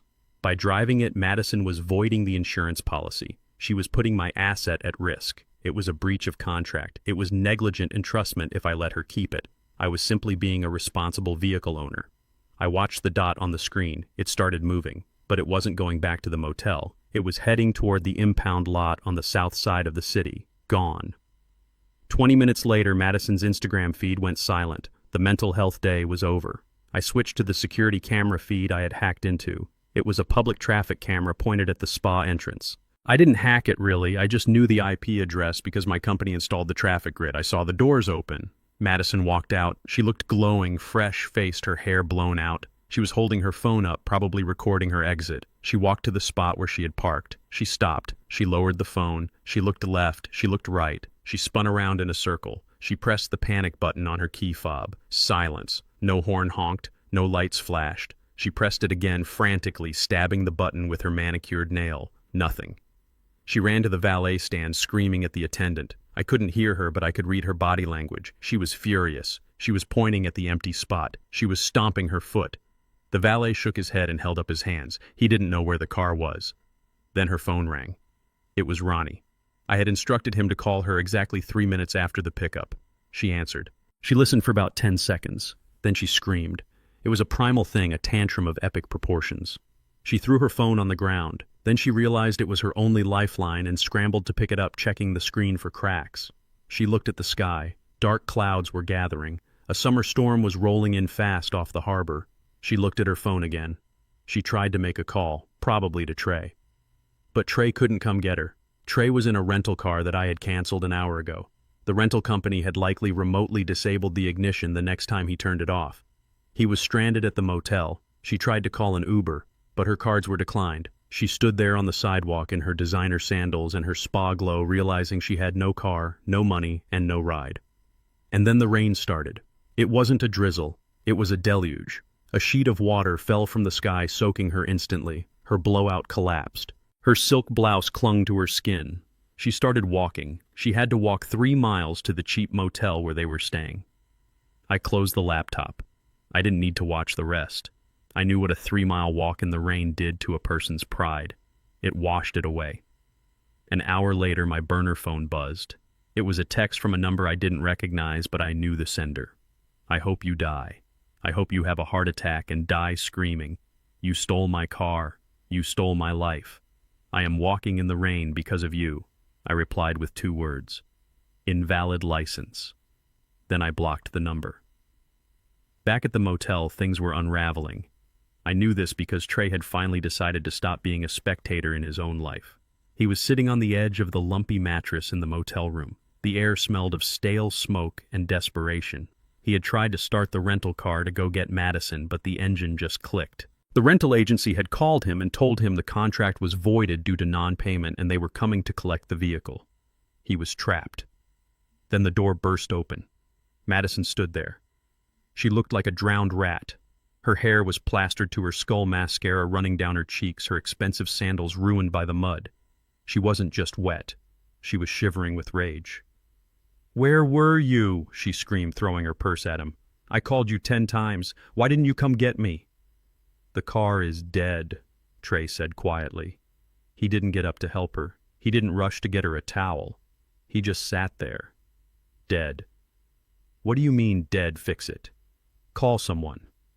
"They cut us off," Madison, Trey said, looking at her. "My dad cut the rental, just like he cut the wedding, just like he cut the house. He took the Range Rover, didn't he?" "Yes, he took it," she shrieked, pacing the small room, water dripping onto the cheap carpet. "He stole it. He had some goon tow it while I was getting a facial. He is evil, Trey. He is a psychopath. You have to do something. You have to go over there and beat the hell out of him. Beat him." Trey laughed, a hollow, dry sound. "You want me to beat up my father, the man who paid for everything we have ever owned.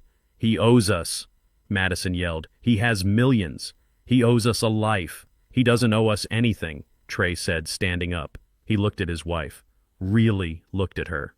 For the first time in 3 years, the fog of infatuation was lifting. He saw the snarl on her face. He saw the selfishness in her eyes. She wasn't asking if he was okay. She wasn't asking how they were going to eat. She was mad about a car. She was mad about a facial. She wasn't the victim she played on TikTok. She was a predator who had run out of prey.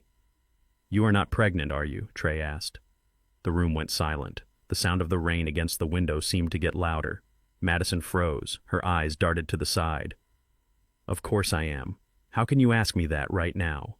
I just walked 3 miles in the rain. I could have miscarried." "You are not pregnant," Trey repeated, his voice gaining strength. "Dad told me to look at the medical records. He said there was proof." "Your dad is a liar," Madison spat. "He made that up to split us up." "Show me the test," Trey said, holding out his hand. "Show me the ultrasound. You said you went to the doctor last week. Show me the paper." "I lost it," Madison stammered, backing away. "I lost it in the move."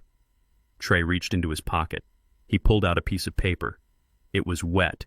It was wrinkled. It was torn. It was a single page from the blue folder I had given him at the lake. He hadn't thrown it all away. He had kept 1 page. "This is a copy of your billing statement from the fertility clinic," Trey read, his voice shaking. "Dated 2 years ago. Tubal ligation. Voluntary." Madison stared at the paper. Her face went slack. "You lied to me," Trey whispered. "You trapped me. You knew my dad had money even before I did, didn't you?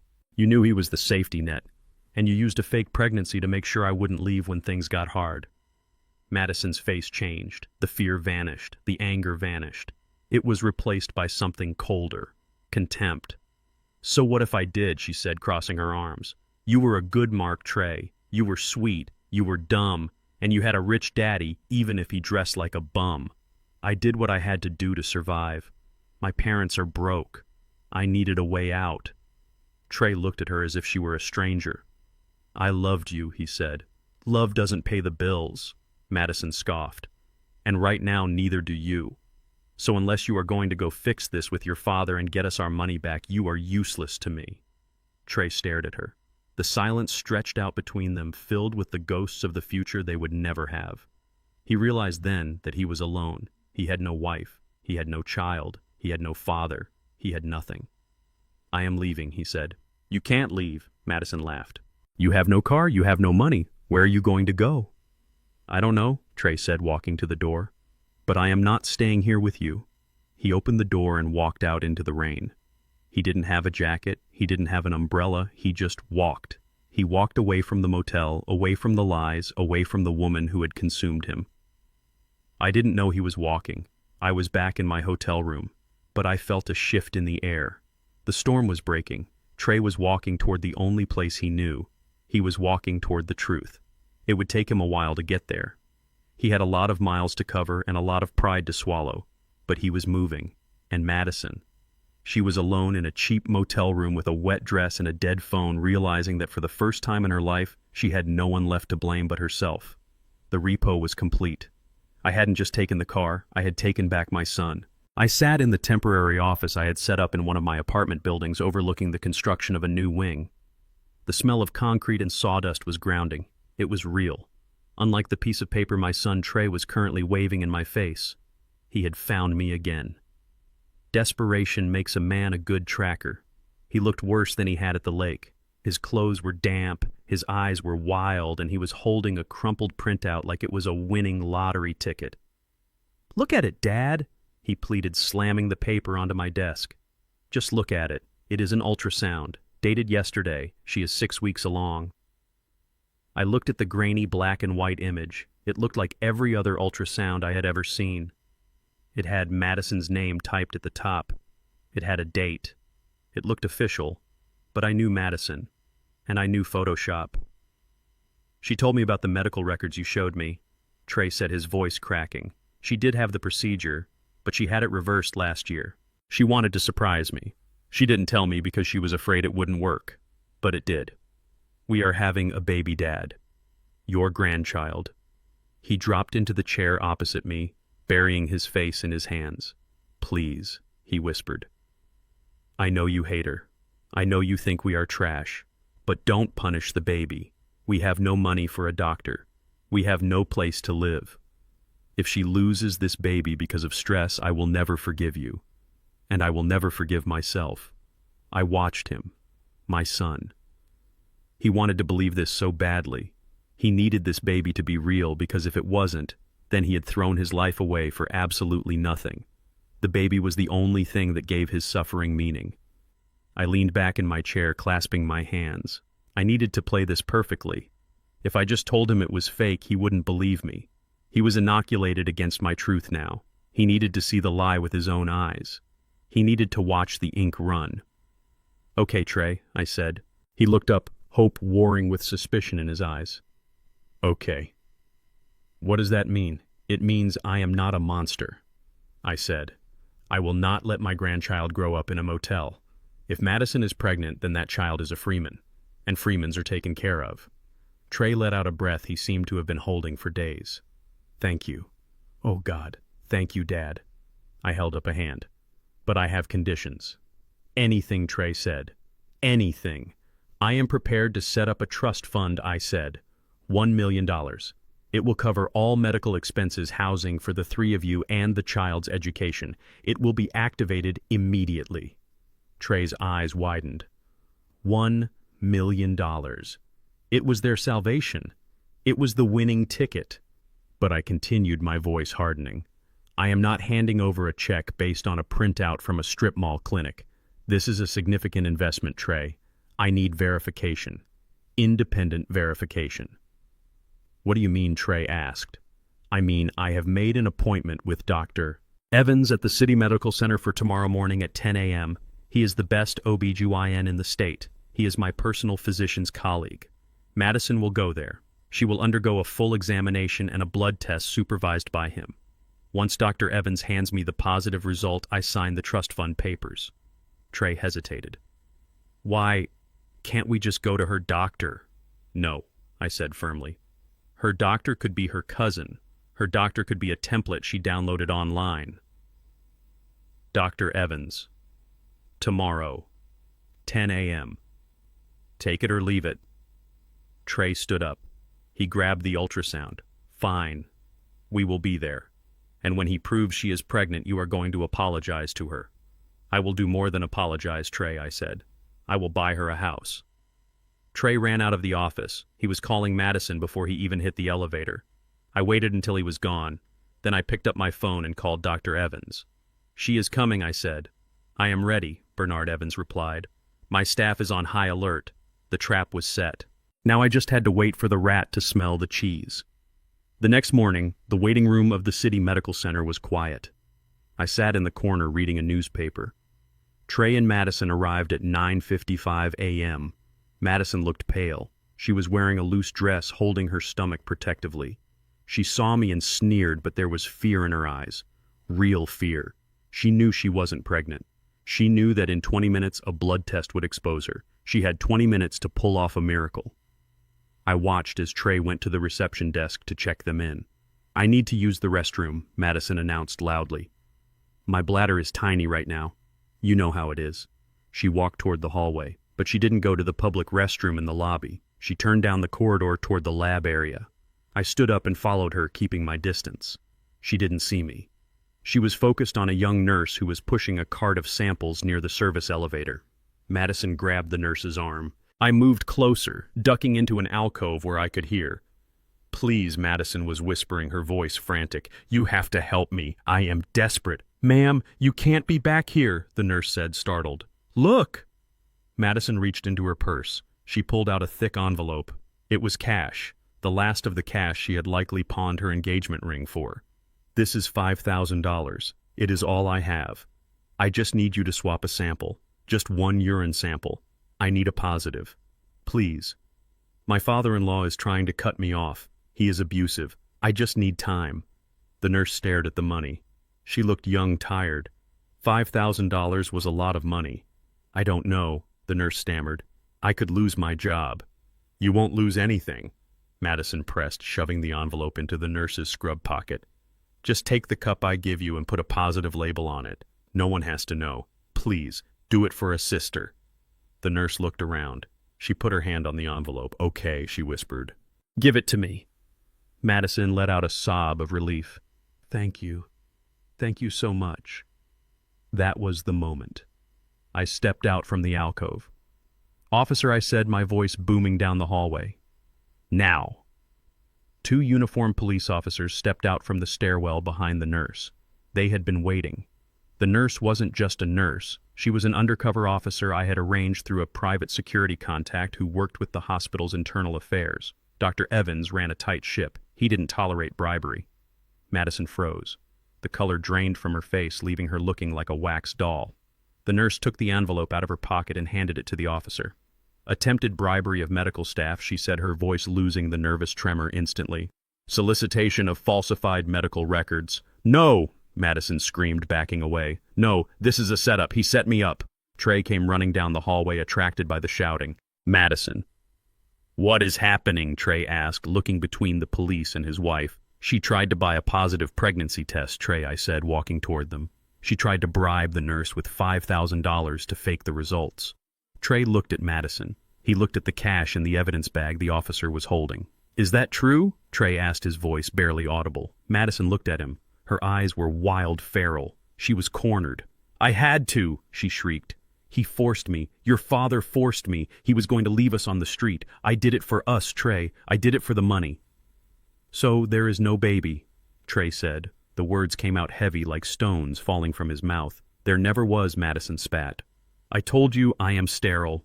You knew that, but you were so desperate to believe me. You wanted a fairy tale, Trey. I just gave you the script. Trey staggered back. He hit the wall and slid down it, collapsing to the floor. He put his head in his hands and let out a sound I will never forget. It was a howl of pure agony. It was the sound of a man realizing his entire life was a hallucination. The officers grabbed Madison. She fought them, kicking and screaming. "Get off me! I am a St. James! You can't arrest me! Trey, help me! Trey, do something!" Trey didn't move.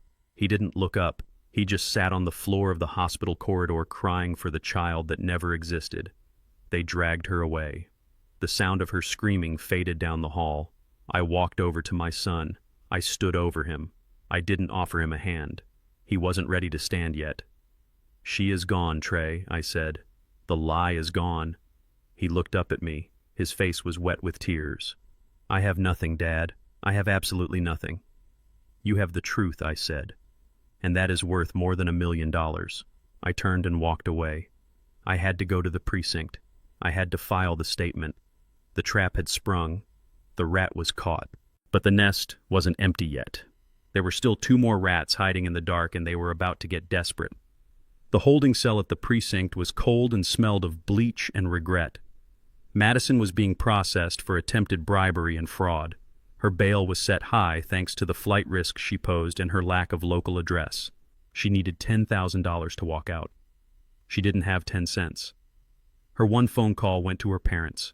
Richard and Victoria St. James were currently living in a motel room that smelled worse than the jail cell. They had no car. They had no credit. But they had one thing left. The heirlooms. I knew about the heirlooms because Victoria never shut up about them. She bragged about the St. James silver, the antique jewelry passed down from her great-grandmother. The vintage watches Richard claimed were from his grandfather, the Admiral. They were the last vestige of their claim to nobility. They carried them everywhere in a locked velvet case. They needed bail money. They needed a lawyer. They needed to save their daughter, and by extension their meal ticket. So they did the only thing they could do. They went to sell the family jewels. I was waiting for them. The place was called Golden Gavel. It was a high-end pawn shop and antique dealer on the edge of the financial district. It was the kind of place where desperate socialites went to quietly liquidate their assets without being seen by their country club friends. I sat in the back office watching the security monitor with the owner, a man named Saul. Saul owed me a favor. I had bailed his son out of a gambling debt years ago. "Here they come," Saul said, pointing to the screen. Richard and Victoria walked in. They looked twitchy. Richard was clutching the velvet case to his chest. Victoria was wearing oversized sunglasses, trying to be incognito. They approached the counter. Saul walked out to meet them. "Can I help you folks?" Saul asked. "We have some items for sale." Richard said, his voice trying to sound authoritative but cracking. "High-value items. Family heirlooms. We are looking for a quick, discreet transaction." "Let's see them," Saul said. Richard opened the case. Inside, nestled in blue velvet, were a diamond brooch, a heavy silver tea set, and 2 Patek Philippe watches. They gleamed under the shop lights. "Beautiful," Saul said. "Do you have the provenance papers of ownership?" "They have been in the family for generations," Victoria snapped. "We don't keep receipts for inheritance." I stepped out of the back office. "Actually," I said, "I have the receipts." Richard and Victoria spun around. When they saw me, Richard dropped the case. It hit the glass counter with a heavy thud. "You," Richard whispered. "You are everywhere." "I am where the truth is, Richard," I said. "And the truth is, those aren't your heirlooms." I placed a file on the counter. 1995, I said, opening the file. "The Vanderbilt estate in Newport. You worked there, didn't you, Richard? You were the head butler. And Victoria, you were the housekeeping manager." "We were estate managers," Victoria hissed. "You were staff," I corrected. "And when the old man died and the house was being closed up for the season, some things went missing. A diamond brooch, a silver tea set, 2 watches. The police report is right here." I tapped the paper. "They were never found," I continued. "The family assumed it was a professional burglary, but it was the help. You stole from your employers. You built your entire fake identity on stolen goods. These aren't St. James heirlooms. They are evidence." Richard was shaking so hard his teeth were chattering. "You can't prove that," he stammered. "These look like those items. That is all. Check the serial numbers on the watches," I told Saul. Saul picked up one of the watches. He took out a loupe. He read the tiny numbers engraved on the back. "Matches the police report," Saul said, looking up. "Stolen property." "No," Victoria screamed, lunging for the box. "Give them back. They are ours." Saul pulled the box away. "I tried to warn you, Richard," I said calmly. "I told you I knew everything. I told you to walk away. But you got greedy. You tried to sell stolen goods to bail out your daughter who is in jail for bribery. It is a poetic circle, really. I signaled to the door. 2 police officers walked in. They weren't the regular beat cops. These were detectives from the Major Crimes Unit interested in cold cases involving high-value theft. Richard St. James, Victoria. St. James, one of the detectives said, "You are under arrest for possession of stolen property, grand larceny, and trafficking in illicit goods." Richard tried to run. It was a pathetic attempt. He stumbled over his own feet and crashed into a display of acoustic guitars. The officers grabbed him. Victoria started wailing. Not crying. Wailing. "My reputation," she screamed as they cuffed her. "My social standing. You ruined us, you jealous peasant." I walked up to her. She was pressed against the glass counter, her face distorted by the reflection. "Your reputation was a lie, Victoria," I said. "Your standing was stolen. I didn't ruin you. I just turned on the lights. They dragged them out." The bell above the door chimed cheerfully as they exited. The shop was quiet again. Saul looked at the box of stolen treasures. "What do you want me to do with these, Bernard?" "Call the Vanderbilt estate," I said. "Tell them their silver is coming home." I walked out of the shop. The street was busy with people rushing home from work. They didn't know that a dynasty had just fallen in a pawn shop. I took out my phone. I had one more stop to make. One more loose end to tie up. Trey was alone. He had no wife. He had no in-laws. He was sitting in the wreckage of his life. It was time to see if he was ready to pick up a shovel and start digging himself out. I got into my truck. The engine roared to life. The St. James family was gone, locked up, disgraced. Now it was just me and my son. And the hardest lesson of all was yet to come. I sat in my office at the top of the River Street complex watching the digital banking alerts roll in on my private server. I had not cut Trey off completely from his own personal savings. I am a hard man, but I am not cruel.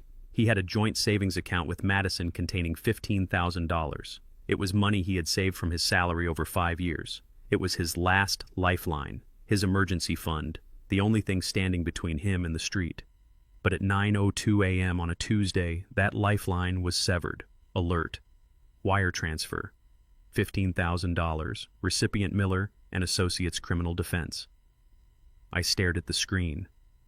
Madison. Even from a holding cell, she was a parasite. She had used her one phone call not to call her husband but to call a lawyer, and she had given that lawyer the account number and the routing number, authorizing a retainer that drained every single penny Trey had left. She didn't care that her husband was sleeping in a cheap motel. She didn't care that he needed food. She needed a shark to fight the bribery charges, and she used Trey's blood to pay for it. I closed the laptop. I didn't interfere. I let the transaction go through. Trey needed to feel this. He needed to feel the absolute weight of zero. Across town at the Starlight Motel, Trey was waking up to a fist pounding on his door. "Open up, Freeman. It is checkout time." Trey stumbled to the door. He looked like a ghost. He hadn't shaved in 4 days. He was wearing the same wrinkled clothes. He opened the door to find the motel manager, a man with a grease stain on his shirt, and 0 patients standing there with a card reader. "Card declined on the autopay," the manager spat. "You owe for last night and today. $80. Pay up or get out." Trey rubbed his face, confused. "That is impossible," Trey said. "There is money in the savings. I will transfer it right now." He pulled out his phone. His fingers shook as he opened the banking app. I could imagine the moment the screen loaded. I could imagine the color draining from his face as he saw the balance. 0.00. Trey stared at the phone. He refreshed the page. "No," he whispered. "No. Madison." He looked at the transaction history. "Legal retainer." "She took it," he said, his voice hollow. "She took it all." "I don't care who took it," the manager barked. "You got cash." Trey checked his wallet. He had a $5 bill and a receipt for a sandwich. "I can get it," Trey stammered. "Just give me an hour." "You got 5 minutes," the manager said. "Get your stuff." 5 minutes later, my son was standing on the curb of a busy road holding a plastic bag with 2 shirts and a toothbrush. It was raining again. A cold drizzle that soaked into his bones. He had no car, he had no money, he had no wife, and for the first time in his life he realized he had been funding his own destruction. He didn't call me. He didn't call for a rescue. Instead, he started walking. He walked 3 miles to the county jail. He had to know. He had to look her in the eye. He had to hear her say it. I knew he was going there because I had a contact at the visitation desk. I asked them to let him in. I wanted him to see her without the makeup, without the designer clothes, without the mask. The visitation room was sterile, rows of metal stools separated by thick plexiglass. Trey sat down. He waited. When they brought Madison out, she was wearing an orange jumpsuit. Her hair was matted. Her face was scrubbed clean of the contouring and foundation, revealing the hardness underneath. She looked older. She looked mean. She sat down and picked up the receiver. She didn't look happy to see him. She looked annoyed. "Did you bring bail money?" she asked. "No, hello. No apology, just a demand." "You took the savings," Trey said, his voice trembling into the phone. "You took the $15,000. That was all I had, Madison. That was for food. That was for a place to sleep." "I needed a lawyer," Madison snapped. "My parents are in jail, Trey. I am in jail. You are out there free. You can figure it out. You are a man, aren't you? Go get a job. Go beg your daddy." "I have real problems." "Real problems?" Trey laughed, a sound that bordered on hysteria. "I am homeless, Madison. I am on the street because of you, because of your lies. The fake pregnancy, the fake uncle, the fake life." Madison rolled her eyes. "Oh, get over it. You enjoyed the ride, didn't you? You loved playing the big shot in the Range Rover. You loved the VIP tables. You didn't ask questions when things were good. You only care now because the bill came due." "I loved you," Trey whispered. "I thought we were building a future." Madison leaned forward. Her breath fogged the glass. "I never loved you, Trey. I loved the potential. I loved the last name. I loved the fact that your father owned half the city. But you are weak. You are soft. You are a follower. Without your father's money, you are nothing. You are a zero." Trey stared at her. The words hit him like physical blows. "A zero," he repeated. "Yes," Madison sneered. "A useless, broke zero. And honestly, Trey, you were boring. I spent 3 years pretending to listen to your stupid stories just so I could get a credit card with a high limit. It was a job, and I was underpaid." Trey looked at the woman behind the glass. He tried to find the girl he met at the coffee shop 3 years ago, the girl who laughed at his jokes, the girl who held his hand. She wasn't there. She never had been. It was a performance, a long, expensive performance. "I hope it was worth it," Trey said quietly. "I hope the lawyer is good, because you are going to need him. My father isn't going to stop." "Your father is a devil," Madison hissed. "My father saw you," Trey said. "He saw you when I was blind." He hung up the phone. Madison was screaming something at the glass, slamming her fist against it, but Trey didn't look back. He walked out of the visitation room. He walked out of the jail. He stood on the sidewalk. The rain had turned into a downpour. The sky was charcoal gray, matching his mood. He had nothing left. No anger, no hope. Just a vast emptiness where his life used to be. He started walking again. He walked through the downtown district. He passed the restaurants where he used to eat dinners he couldn't afford. He passed the boutiques where Madison used to spend his paycheck. He passed the life he used to live. He kept walking until he reached the river. He walked along the embankment past the construction sites and the old warehouses. He walked until he stood in front of the River Street towers. My towers. They rose into the sky, steel and glass monuments to 40 years of my sweat and blood. The penthouse at the top was where I stayed when I wasn't at the ranch house. It was where I was right now, watching the street below on the security monitors. I saw him arrive. He looked like a beggar. His clothes were soaked through, his shoes were ruined. He was shivering violently. He stood on the sidewalk across the street, looking up at the building. He knew I was there. He knew this was the fortress. He took a step toward the lobby entrance. The warm golden light of the foyer spilled out onto the wet pavement. He could see the doorman, a man named Henry, who had known Trey since he was a boy. All he had to do was walk in. All he had to do was tell Henry who he was. Henry would let him in. Henry would give him a towel and a hot coffee and send him up in the private elevator. I watched him. I waited. "Come on, son," I whispered to the screen. "Swallow your pride. Come inside." Trey took another step. He reached for the door handle, then he stopped. He pulled his hand back. He looked at his reflection in the glass door. He saw the failure staring back at him. He saw the man who had thrown his father's warnings into a lake.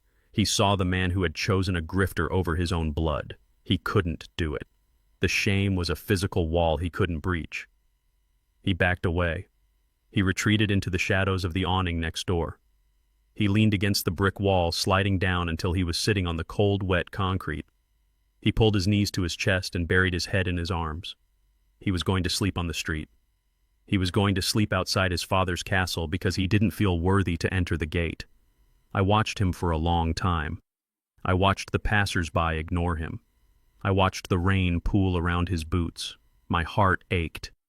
Every instinct I had as a father screamed at me to go down there, to wrap a blanket around him, to bring him upstairs and feed him a steak and tell him it was going to be okay. But I stayed in my chair. If I brought him in now, he would learn nothing. He would think that rock bottom had a trap door that led to a penthouse. He would think that he could always come back to Daddy when the world got too hard.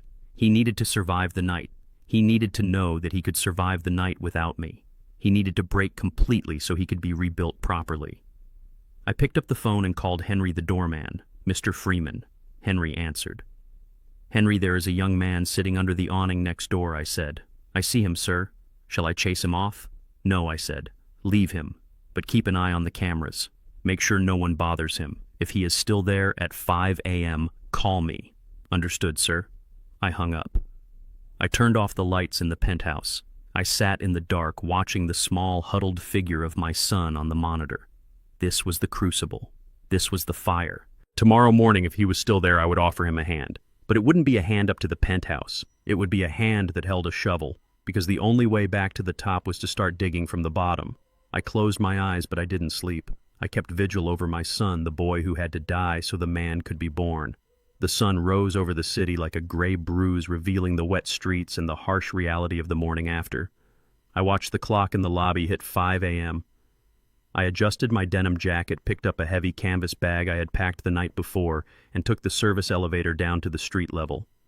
I didn't want the doorman, Henry, to intervene. This was between a father and a son. I pushed open the heavy glass doors. The air was biting, cold damp with the remnants of the storm.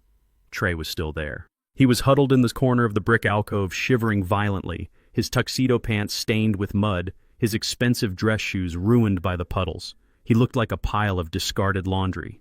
When he heard the door open, he lifted his head. His eyes were red-rimmed and sunken. For a moment, a spark of hope lit up his face. He scrambled to stand up, his legs stiff and cramping. "Dad," he croaked, his voice raw. "You came." He took a step toward me, his hands reaching out. He thought this was it. The rescue, the warm towel, the hot breakfast, the forgiveness. He thought he had paid his penance by sleeping on the concrete for 6 hours. I stopped him with a raised hand. I didn't hug him. I didn't smile. I dropped the canvas bag at his feet. It hit the pavement with a heavy thud. "Put these on," I said. Trey looked at the bag confused. He crouched down and opened it. Inside were a pair of steel-toed work boots, thick wool socks, a heavy canvas work jacket, and a yellow hard hat. "What is this?" he asked, looking up at me. "Work clothes," I said. "I don't understand," Trey stammered, standing up, holding the jacket. "Can we go upstairs? I am freezing, Dad. I haven't eaten in 2 days. Please, just let me come inside. You can't afford to live inside, Trey." I said, my voice flat. "The rent in this building is $5,000 a month. You have $0." Trey stared at me, his mouth open in disbelief. "But you own the building," he whispered. "I do." I agreed. And I didn't get to own it by letting people sleep in the penthouse for free.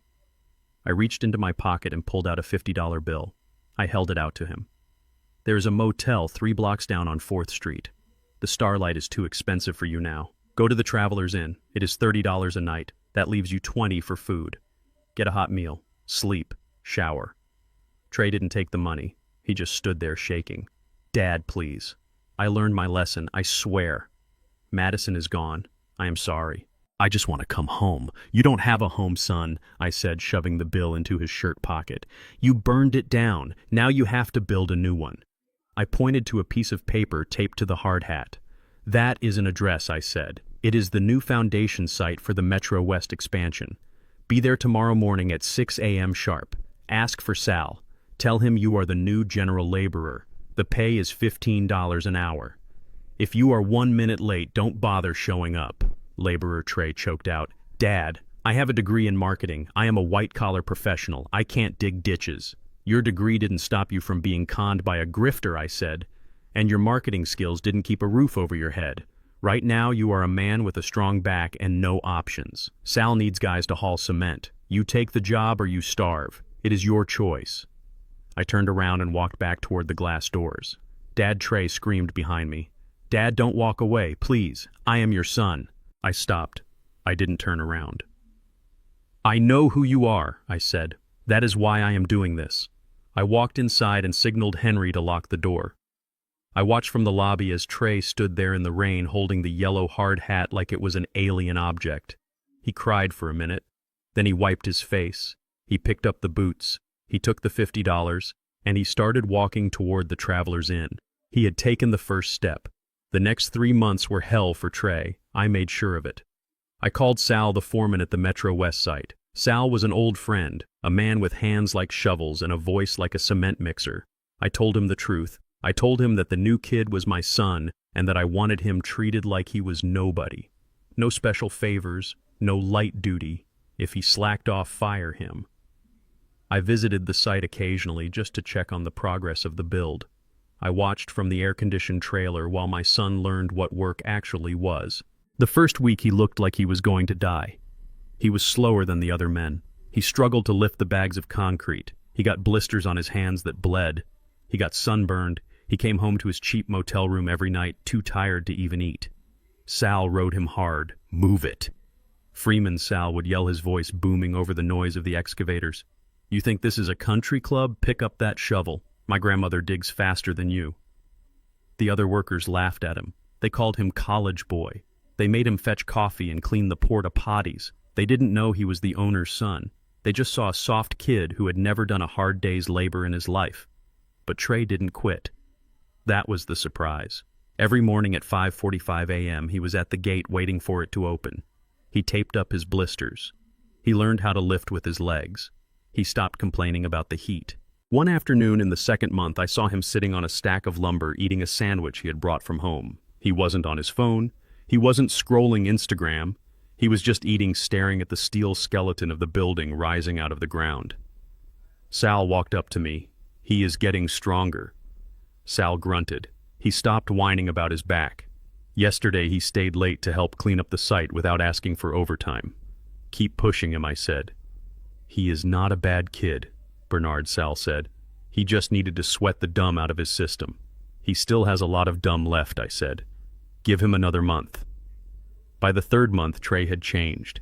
He had lost 15 pounds of soft living and gained 10 pounds of muscle. His face was tan and weathered. His hands were rough. He walked differently. He walked like a man who knew the ground under his feet was solid because he had poured the concrete himself. He had moved out of the Travelers Inn and rented a tiny studio apartment in the working-class district. He bought a used Honda Civic with his own money. He was living on $15 an hour, and for the first time in his life, he was budgeting. He knew the price of milk. He knew the value of $1 because he knew exactly how much sweat it took to earn it. It was a Friday evening in October when the buzzer to my penthouse rang. I checked the camera. It was Trey. He wasn't wearing a tuxedo. He was wearing clean jeans, a flannel shirt, and his work boots. He was holding a brown paper bag. I buzzed him in. When he stepped out of the elevator, he didn't look at the floor. He looked me in the eye. "Hello, Dad," he said. "Hello, Trey," I said. He walked into the living room. He didn't rush to the expensive leather sofa. He stood by the kitchen island. He placed the brown bag on the counter. "I got my first full paycheck today," he said. "After rent and utilities and food, I had $12 left." He pulled a bottle of wine out of the bag. It was a cheap Merlot, the kind with a screw top. The price tag said $10.99. "I wanted to buy you a drink," he said. "With my money. Not your money. Mine." I looked at the bottle. Then I looked at my son. The arrogance was gone. The entitlement that Madison had fed and watered was dead. In its place was something quieter, something stronger. Self-respect. I went to the cupboard and got 2 crystal glasses. I didn't care that the wine cost $10. I poured it like it was a vintage Bordeaux. I handed him a glass. "To hard work," I said, raising my glass. "To the truth," Trey replied, clinking his glass against mine. We drank. The wine was acidic and thin, but it was the best thing I had ever tasted. We stood there in the kitchen for a long time in silence. We didn't need to talk about Madison. We didn't need to talk about the wedding or the beach house or the lawsuit. That was all noise. That was the past. This was the present. Two men standing in a kitchen drinking wine they had earned. "I am sorry, Dad," Trey said quietly, looking into his glass. "I am so sorry for everything. For not defending you. For being ashamed. I was so lost. I thought the money made the man. I thought the suit made the man. And now I asked. Now I know," Trey said. "The man makes the suit. Sal told me you used to lay pipe in the mud when you started. He told me you built this company with a shovel in your hand." "I did," I said. "I get it now," Trey said. "I get why you wear the denim jacket. It is who you are. And I am proud of you, Dad. I am proud to be your son." I felt a lump in my throat the size of a golf ball. I put my hand on his shoulder. It felt solid. "I am proud of you too, son," I said. "You didn't quit." "I wanted to," Trey admitted. "Every single day for the first month I wanted to walk off the site. I wanted to call you and beg. But then I remembered Madison. I remembered how helpless I felt in that motel room. And I decided I never wanted to feel that way again. I never wanted to depend on anyone else for my survival. That is the lesson," I said. "Freedom isn't free, Trey. You have to buy it every day with your own effort." He nodded. He poured us another glass. So I asked, "What is the plan? Are you going to stay in construction?" Trey looked at his calloused hands. "Actually," he said, "I have been looking at the blueprints, the project management side. I have some ideas about how to streamline the supply chain for the concrete delivery. I noticed we are wasting about 2 hours a day waiting for trucks. If we adjusted the schedule..." He started talking about logistics. He started talking about efficiency. He sounded like me 30 years ago. He sounded like an engineer. I listened. I let him talk. I didn't offer him a job in the office. Not yet. He needed to finish his time in the pit. He needed to earn the respect of the men before he could lead them. But as I watched him, I knew he was going to be okay. He wasn't the boy who needed a trust fund anymore. He was a man who could build his own tower. I finished my wine. "You have work tomorrow?" I asked. 6 a.m., Trey said. "We are pouring the foundation for the South Tower. Big day." "Then you better get going," I said. "Sal hates it when you are tired." Trey smiled. A real smile. "Thanks for the drink, Dad. Thanks for the wine, son." He walked to the elevator. He stood tall. He pressed the button. "See you Sunday?" he asked. "I am making pot roast," I said. "Don't be late." "I won't." The doors closed.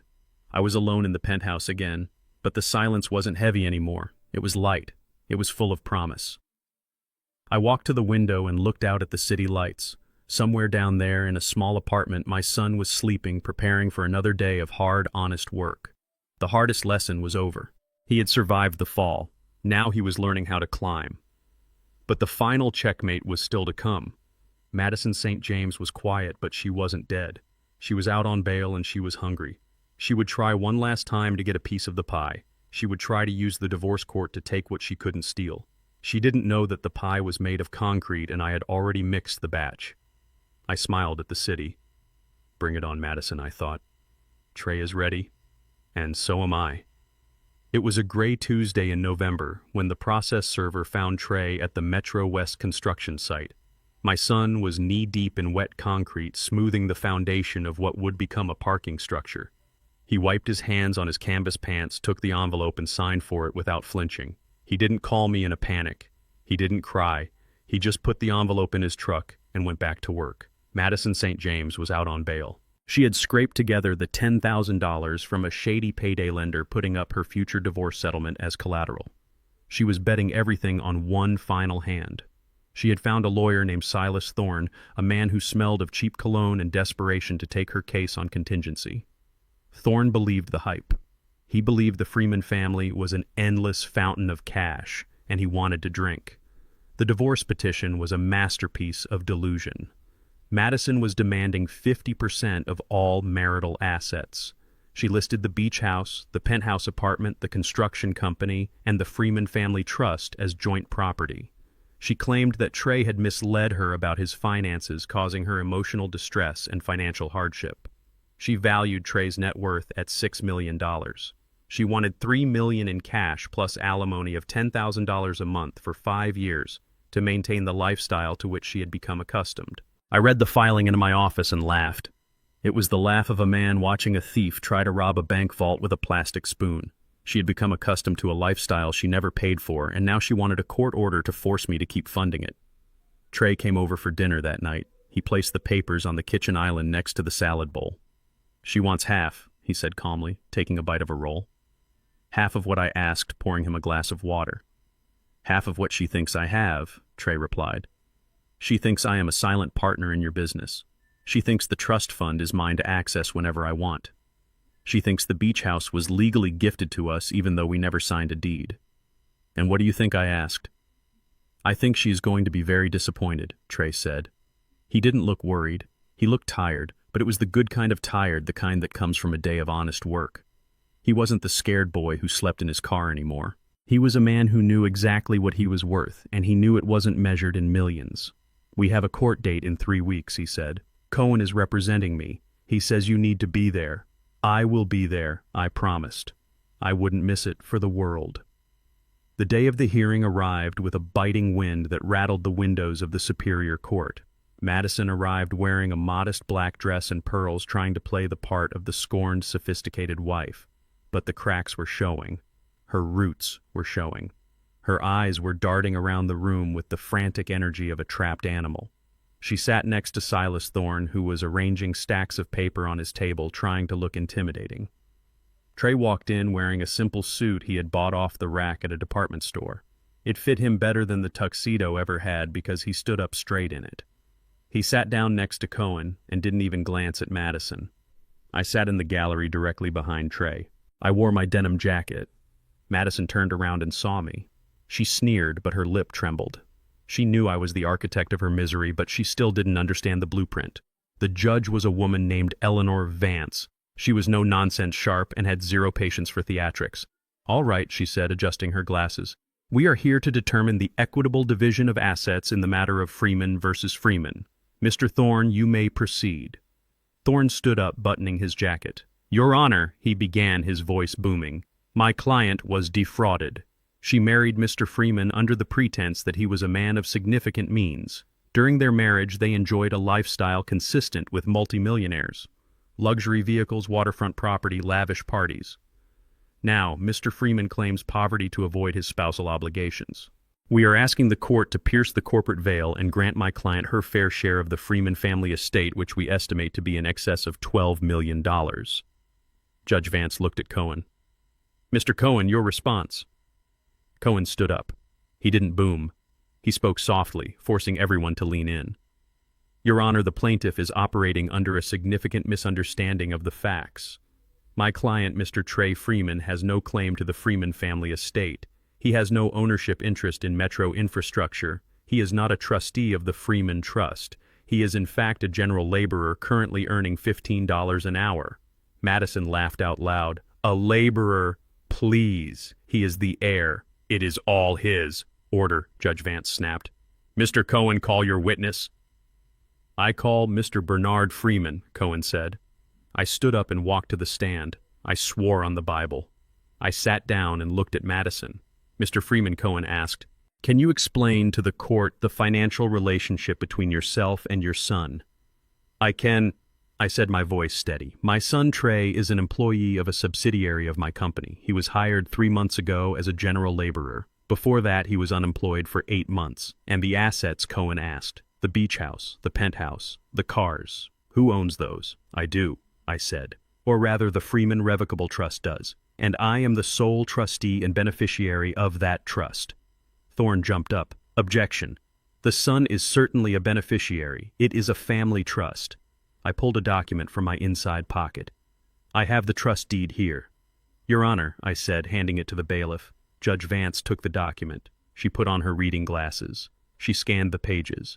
"Mr. Thorne," she said, looking over the rim of her glasses, "this document is quite clear. The trust is fully revocable by Bernard Freeman. It lists Trey Freeman as a conditional beneficiary." "Conditional," Thorne stammered. "What are the conditions?" I leaned into the microphone. "The assets are only to be transferred upon my death," I said, "and only if the beneficiary has attained the age of 40 and has maintained a marriage for more than 10 years to a spouse approved by the trustee. Furthermore, there is a spendthrift clause. No creditor or spouse of the beneficiary can attach a lien to the trust assets. Trey has no right to demand a single cent from the trust, and neither does his wife. Madison's face went gray. She grabbed Thorne's arm. What does that mean? She hissed loud enough for the microphone to catch. It means, Thorne whispered back, his face pale. It means he owns nothing. Technically, he is broke, but we lived in a mansion, Madison shrieked. We drove a Range Rover. Gifts, I said calmly. Revocable gifts.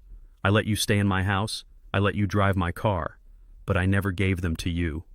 And when you disrespected me, I took them back. Judge Vance looked at Madison. Mrs. Freeman, the court cannot divide assets that do not belong to the marriage. If the house and cars belong to the father, they are not marital property. Now let us discuss the marital assets you do have. Mr. Cohen, please list the assets owned jointly by Trey and Madison Freeman. Cohen picked up a single sheet of paper. Your Honor, the couple has a joint checking account with a balance of $12.40. They have a joint savings account which had a balance of $15,000 until 3 weeks ago, when Mrs. Freeman withdrew the entire amount to pay Mr. Thorne's retainer. Thorne shifted uncomfortably. Additionally, Cohen continued, they have joint debts. Credit card debt totaling $45,000 incurred mostly by Mrs. Freeman but under joint names. And a personal loan of $20,000 taken out by Mrs. Freeman in Trey's name without his knowledge. Judge Vance frowned. So the net worth of this marriage is negative $65,000. Correct, Your Honor, Cohen said. And since Mrs. Freeman withdrew the only liquid asset, the $15,000 for her own personal legal defense, we ask that she assume the entirety of the remaining debt, as it was incurred primarily for her benefit, and she has already consumed the marital liquidity. Madison stood up. No, that is not fair. He has to pay. His dad is rich. Ms. St. James, Judge Vance said, her voice ice cold. His father is not on trial here. You are. And you are divorcing Trey Freeman, not Bernard Freeman. You cannot divorce a man for his potential inheritance. The judge slammed her gavel. Ruling is as follows. The plaintiff is awarded $0 in alimony as the defendant has no ability to pay. The plaintiff is ordered to assume 100% of the credit card debt, and the personal loan as evidence shows these funds were used for her exclusive benefit. The withdrawal of the $15,000 is deemed a dissipation of marital assets, and she is ordered to reimburse Mr. Freeman for his half immediately. Reimburse him, Madison screamed. I don't have it. I spent it. Then I suggest you get a job, Judge Vance said. Court adjourned. Madison collapsed. She didn't faint gracefully like in the movies. Her legs just gave out and she slid under the table sobbing. It was a raw, ugly sound. She was ruined. She had no money. She had massive debt. She had a criminal record for bribery pending, and she had just been ordered to pay her ex-husband $7,500 she didn't have. Thorne was already packing his briefcase. He knew he wasn't getting paid. He looked at Madison with disgust and walked out. Trey stood up. He walked over to the table where Madison was huddled on the floor. He looked down at her. He didn't look angry. He didn't look happy. He looked indifferent. Madison looked up, her mascara running down her face. Trey, she whispered, please, help me. I have nowhere to go. Trey reached into his pocket. He pulled out a pen. Sign the papers, Madison, he said, putting the divorce decree on the table above her head. Sign them, and it is over. I can't, she sobbed. Sign them. She reached up with a shaking hand and signed the paper. She signed away her claim to a fortune that never existed. Trey took the paper. He handed it to the bailiff. Then he turned to me. Ready to go, Dad? He asked. I stood up. Ready, son. We walked out of the courtroom together. We left Madison crying on the floor, surrounded by the wreckage of her own greed. We walked down the marble hallway, our footsteps echoing in sync. When we got outside, the sun was shining. The air smelled of winter coming, but it was clean. Trey loosened his tie. He took a deep breath. It is over, he said. It is over, I agreed. How does it feel? Trey looked at the city skyline. He looked at the construction crane in the distance where he would be working tomorrow morning. It feels heavy, he said. Debt is heavy. Shame is heavy. It gets lighter, I said, putting a hand on his shoulder. Every day you work, every dollar you earn that belongs to you, it gets a little lighter. Trey smiled. It was a small, tired smile, but it was real. You know, Dad, he said, when she screamed at you at the wedding, when she kicked you out, I was so scared. I was scared of losing her. I was scared of losing the life I thought I had. And now I asked, Now I realize I didn't lose anything, Trey said. I just woke up. He walked to his used Honda Civic. See you at work, Dad. See you at work, son. I watched him drive away. He wasn't driving a Range Rover. He wasn't going to a mansion. He was going to a small apartment to eat leftovers and sleep before a 12-hour shift. But he was free. I got into my truck. I adjusted the mirror. I looked at my reflection. The denim jacket was worn at the elbows. My face had more lines than it did a year ago. They said we were a different class. They were right. We were the class that built the foundation. They were just the paint that peeled away in the storm. I started the engine. I had a meeting with the city planners in an hour. We were breaking ground on a new water treatment facility. It was dirty work. It was hard work. It was my work. And for the first time in a long time, I knew my legacy was safe, not in a bank account, but in the calloused hands of a man who finally knew how to stand on his own 2 feet. It has been exactly 12 months since the gavel came down in that courtroom. A year is a long time. It is enough time for the earth to complete a circle around the sun. It is enough time to pour a foundation frame a skyscraper and top it out with steel. And it is enough time for a dynasty built on lies to rot completely into the ground. I took a drive last Tuesday. I told myself I was checking on a potential site for a new reservoir, but deep down I knew where I was going. I drove out past the city limits, past the suburbs where the lawns are green and the debts are high, and onto the grim stretch of highway where the trucks rumble day and night. I pulled into the parking lot of a roadside diner called the Rusty Spoon. It was the kind of place where the coffee is burnt and the eggs are greasy. I sat in a booth near the back and pulled my cap low. I didn't order. I just watched. There she was. Madison St. James was wearing a stained pink uniform that was a size too big. Her hair, the blonde mane she used to spend hundreds of dollars maintaining, was pulled back in a messy bun held together by a cheap plastic clip. She looked older. The lines around her mouth were deep etched by stress and bitterness. She wasn't an influencer anymore. She wasn't a socialite. She was a waitress working the lunch rush for tips that wouldn't cover the interest on her court-ordered debt. I watched her serve a table of truck drivers. One of them made a comment about her appearance. The old Madison, the one who screamed at me in Newport, would have thrown a drink in his face. This Madison just swallowed it. She forced a smile, a jagged, broken thing, and filled his coffee cup. She had to. She had no choice. Richard was currently serving year 1 of a 5-year sentence at a state correctional facility for grand larceny and trafficking stolen goods. The Vanderbilt estate had pressed charges to the fullest extent of the law. He was an old man in a young man's prison, and from what I heard, he spent his days mopping floors and crying in his cell. Victoria had avoided prison time by turning state's witness against her husband, claiming he forced her to sell the stolen goods. It was a lie, of course, but it kept her out of jail. Instead, she was living in a state-assisted housing project, working part-time as a telemarketer. The woman who once sneered at my denim jacket was now cold, calling strangers during dinner to sell them extended car warranties. And Madison, she was here. She was alone. She was drowning in the debt the judge had assigned to her. Every paycheck was garnished. Every tax refund was seized. She lived in a basement apartment that smelled of mold, and she served coffee to men who didn't know her name. She turned toward my booth holding a pot of coffee. Her eyes met mine. She froze. The pot shook in her hand, splashing hot liquid onto her wrist. She didn't flinch. She just stared at me. I saw the recognition dawn in her eyes. I saw the flash of hatred followed immediately by the crushing weight of shame. She looked at my jacket, the same denim jacket she had despised. Then she looked at the expensive watch on my wrist, the only sign of wealth I allowed myself to wear that day. She opened her mouth, maybe to scream, maybe to beg. But then her manager, a heavy-set man with sweat stains on his shirt, barked her name from the kitchen window. Table 4 is waiting, Madison. Move it. She closed her mouth. She looked at me one last time. It was a look of total defeat. She turned around and walked away to serve table 4. I stood up. I left a $100 bill on the table. Not for her, for the lesson. I walked out of the diner and got back into my truck. I didn't feel happy. I didn't feel triumphant. I just felt a quiet sense of balance. The universe has a way of correcting itself if you give it enough time. Gravity always wins. I drove back to the city. I had a meeting at the Metro West site. The project was nearing completion. It was a massive complex, a testament to engineering and labor. I parked the truck and put on my hard hat. Sal was waiting for me by the construction trailer. "He is ready," Sal said simply. I nodded. "Where is he?" "Top floor," Sal pointed up.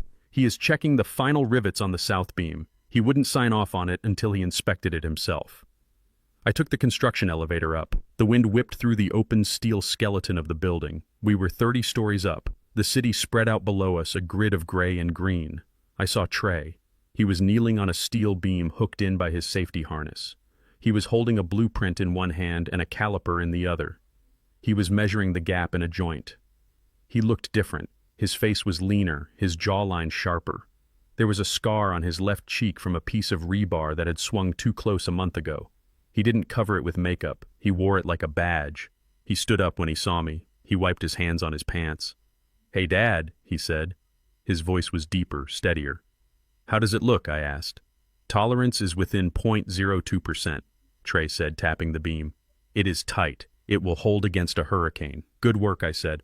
Trey looked out at the view. He wasn't looking at the penthouses or the luxury cars down on the street. He was looking at the structure. He was looking at the work.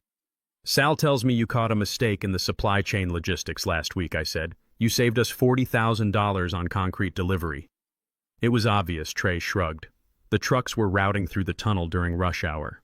I just shifted the schedule to night drops. It cuts idle time by 30%. "It wasn't obvious to the project manager we fired," I said. Trey smiled. "Well, he never poured concrete at 4 a.m. You learn a lot about traffic when you are waiting for a mixer in the rain." I walked over to the edge of the building. The wind was strong up here. "I am promoting you, Trey," I said. Trey stiffened. "I don't want a handout, Dad. I am happy on the crew." "It is not a handout," I said, turning to face him. "Sal recommended you. The crew respects you. You know the job from the mud up. I need a project manager for the new water treatment plant. It is a big job. Complex. Messy." Trey looked at me. "I am not an engineer," he said. "No," I said, "but you are a builder. And you are honest. I can hire engineers, I can't hire character." Trey looked at his hands. They were rough, calloused, stained with grease and dust. They were the hands of a man who worked. "I will take it," he said. "But I want the same pay rate as the last guy. No family bonus."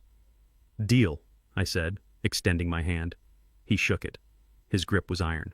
"Let's go home, son," I said. "Dinner is ready." We drove out to the countryside. I had finished building the log house a few months ago. It wasn't a mansion. It was a solid, sturdy home made of cedar and stone sitting on 50 acres of timberland. It was private. It was quiet. It was real. We sat on the back porch as the sun went down. The sky was streaked with purple and gold. We drank iced tea. The air smelled of wood smoke and pine needles. Trey sat in the rocking chair next to me. He looked at peace. He wasn't checking his phone. He wasn't worrying about what people thought of him. He was just being. "Dad," he said after a long silence. "Yeah, son. Can I ask you something? Anything." Trey looked out at the tree line. "Why didn't you tell me?" he asked softly. "Why did you wait so long to tell me you had money? Why did you let me struggle for years? Why did you let me drive a beat-up car in college? Why did you let me marry Madison without warning me that she was chasing a ghost?" I took a sip of my tea. It was a question I had answered in my own head 1,000 times. I looked at him. I looked at the scar on his cheek. I looked at the strength in his shoulders. "Because wealth is heavy, Trey," I said. "It is a weight. If you put a heavy weight on a weak structure, it collapses. You see it in engineering every day. If the foundation isn't cured, if the steel isn't tempered, the load destroys it." I leaned forward. "If I had told you when you were 18 that you were a millionaire, you would have never worked a day in your life. You would have never learned how to solve a problem. You would have become soft. And when the sharks like Madison came, and they always come, you wouldn't have known how to fight them. You would have been eaten alive." Trey nodded slowly, processing the words. "I wanted to leave you something valuable," I continued. "But money isn't valuable. Money is just paper. It burns, it gets stolen, it disappears. The most valuable thing I could leave you isn't the money itself. It is the ability to keep it. It is the ability to make it back if you lose it. It is the backbone to stand up when the world knocks you down." I pointed at him. "Look at you. You lost everything. Your wife, your home, your pride. You slept on concrete, and you got up, you went to work, you rebuilt yourself. That is the inheritance, Trey. The money is just a tool to help you build faster now that you know how to use a hammer." Trey looked down at his boots. A tear traced a path through the dust on his cheek. "I hated you for a while," he admitted. when I was sleeping in that motel. I hated you. I know I said, that is the price of fatherhood. Sometimes you have to be the villain to save the hero. He looked up at me. I am not a hero, Dad. I am just a guy who pours concrete. That is all a hero is, son, I said, smiling. A guy who does the work when no one is watching. We sat there as the stars came out. The night was cool. So Trey said, clearing his throat, the water treatment plant. I was looking at the specs. I think we can use a new composite for the filtration tanks. It is cheaper and lasts longer. Tell me about it, I said. And he did. We sat there for hours talking about concrete composites and flow rates and union contracts. We talked about the work. I looked at my son. He was 31 years old. He was single. He was renting a small apartment. He drove a used Civic, and he was the richest man I knew. The St. James family had tried to steal a fortune. They ended up with prison sentences and poverty. I had risked my relationship with my son to save him. And as I listened to him talk about the future, his voice strong and confident, I knew the gamble had paid off. I took a deep breath of the night air. It tasted like cedar. It tasted like truth. Nobody would ever forget the name Bernard Freeman again. Not because of the money, but because I was the man who taught his son that the only thing that matters is what you can build with your own two hands, and that my friends is a legacy that no lawsuit can ever take away. If you enjoyed this story, let me know in the comments. Do you think I was too hard on Trey? Or did he need the tough love? Hit the like button and subscribe for more stories about justice, revenge, and the long road to redemption. Thanks for watching. This journey wasn't just about exposing a gold digger. It was about defining true value. We often mistake net worth for self-worth, assuming the price of a suit defines the man wearing it.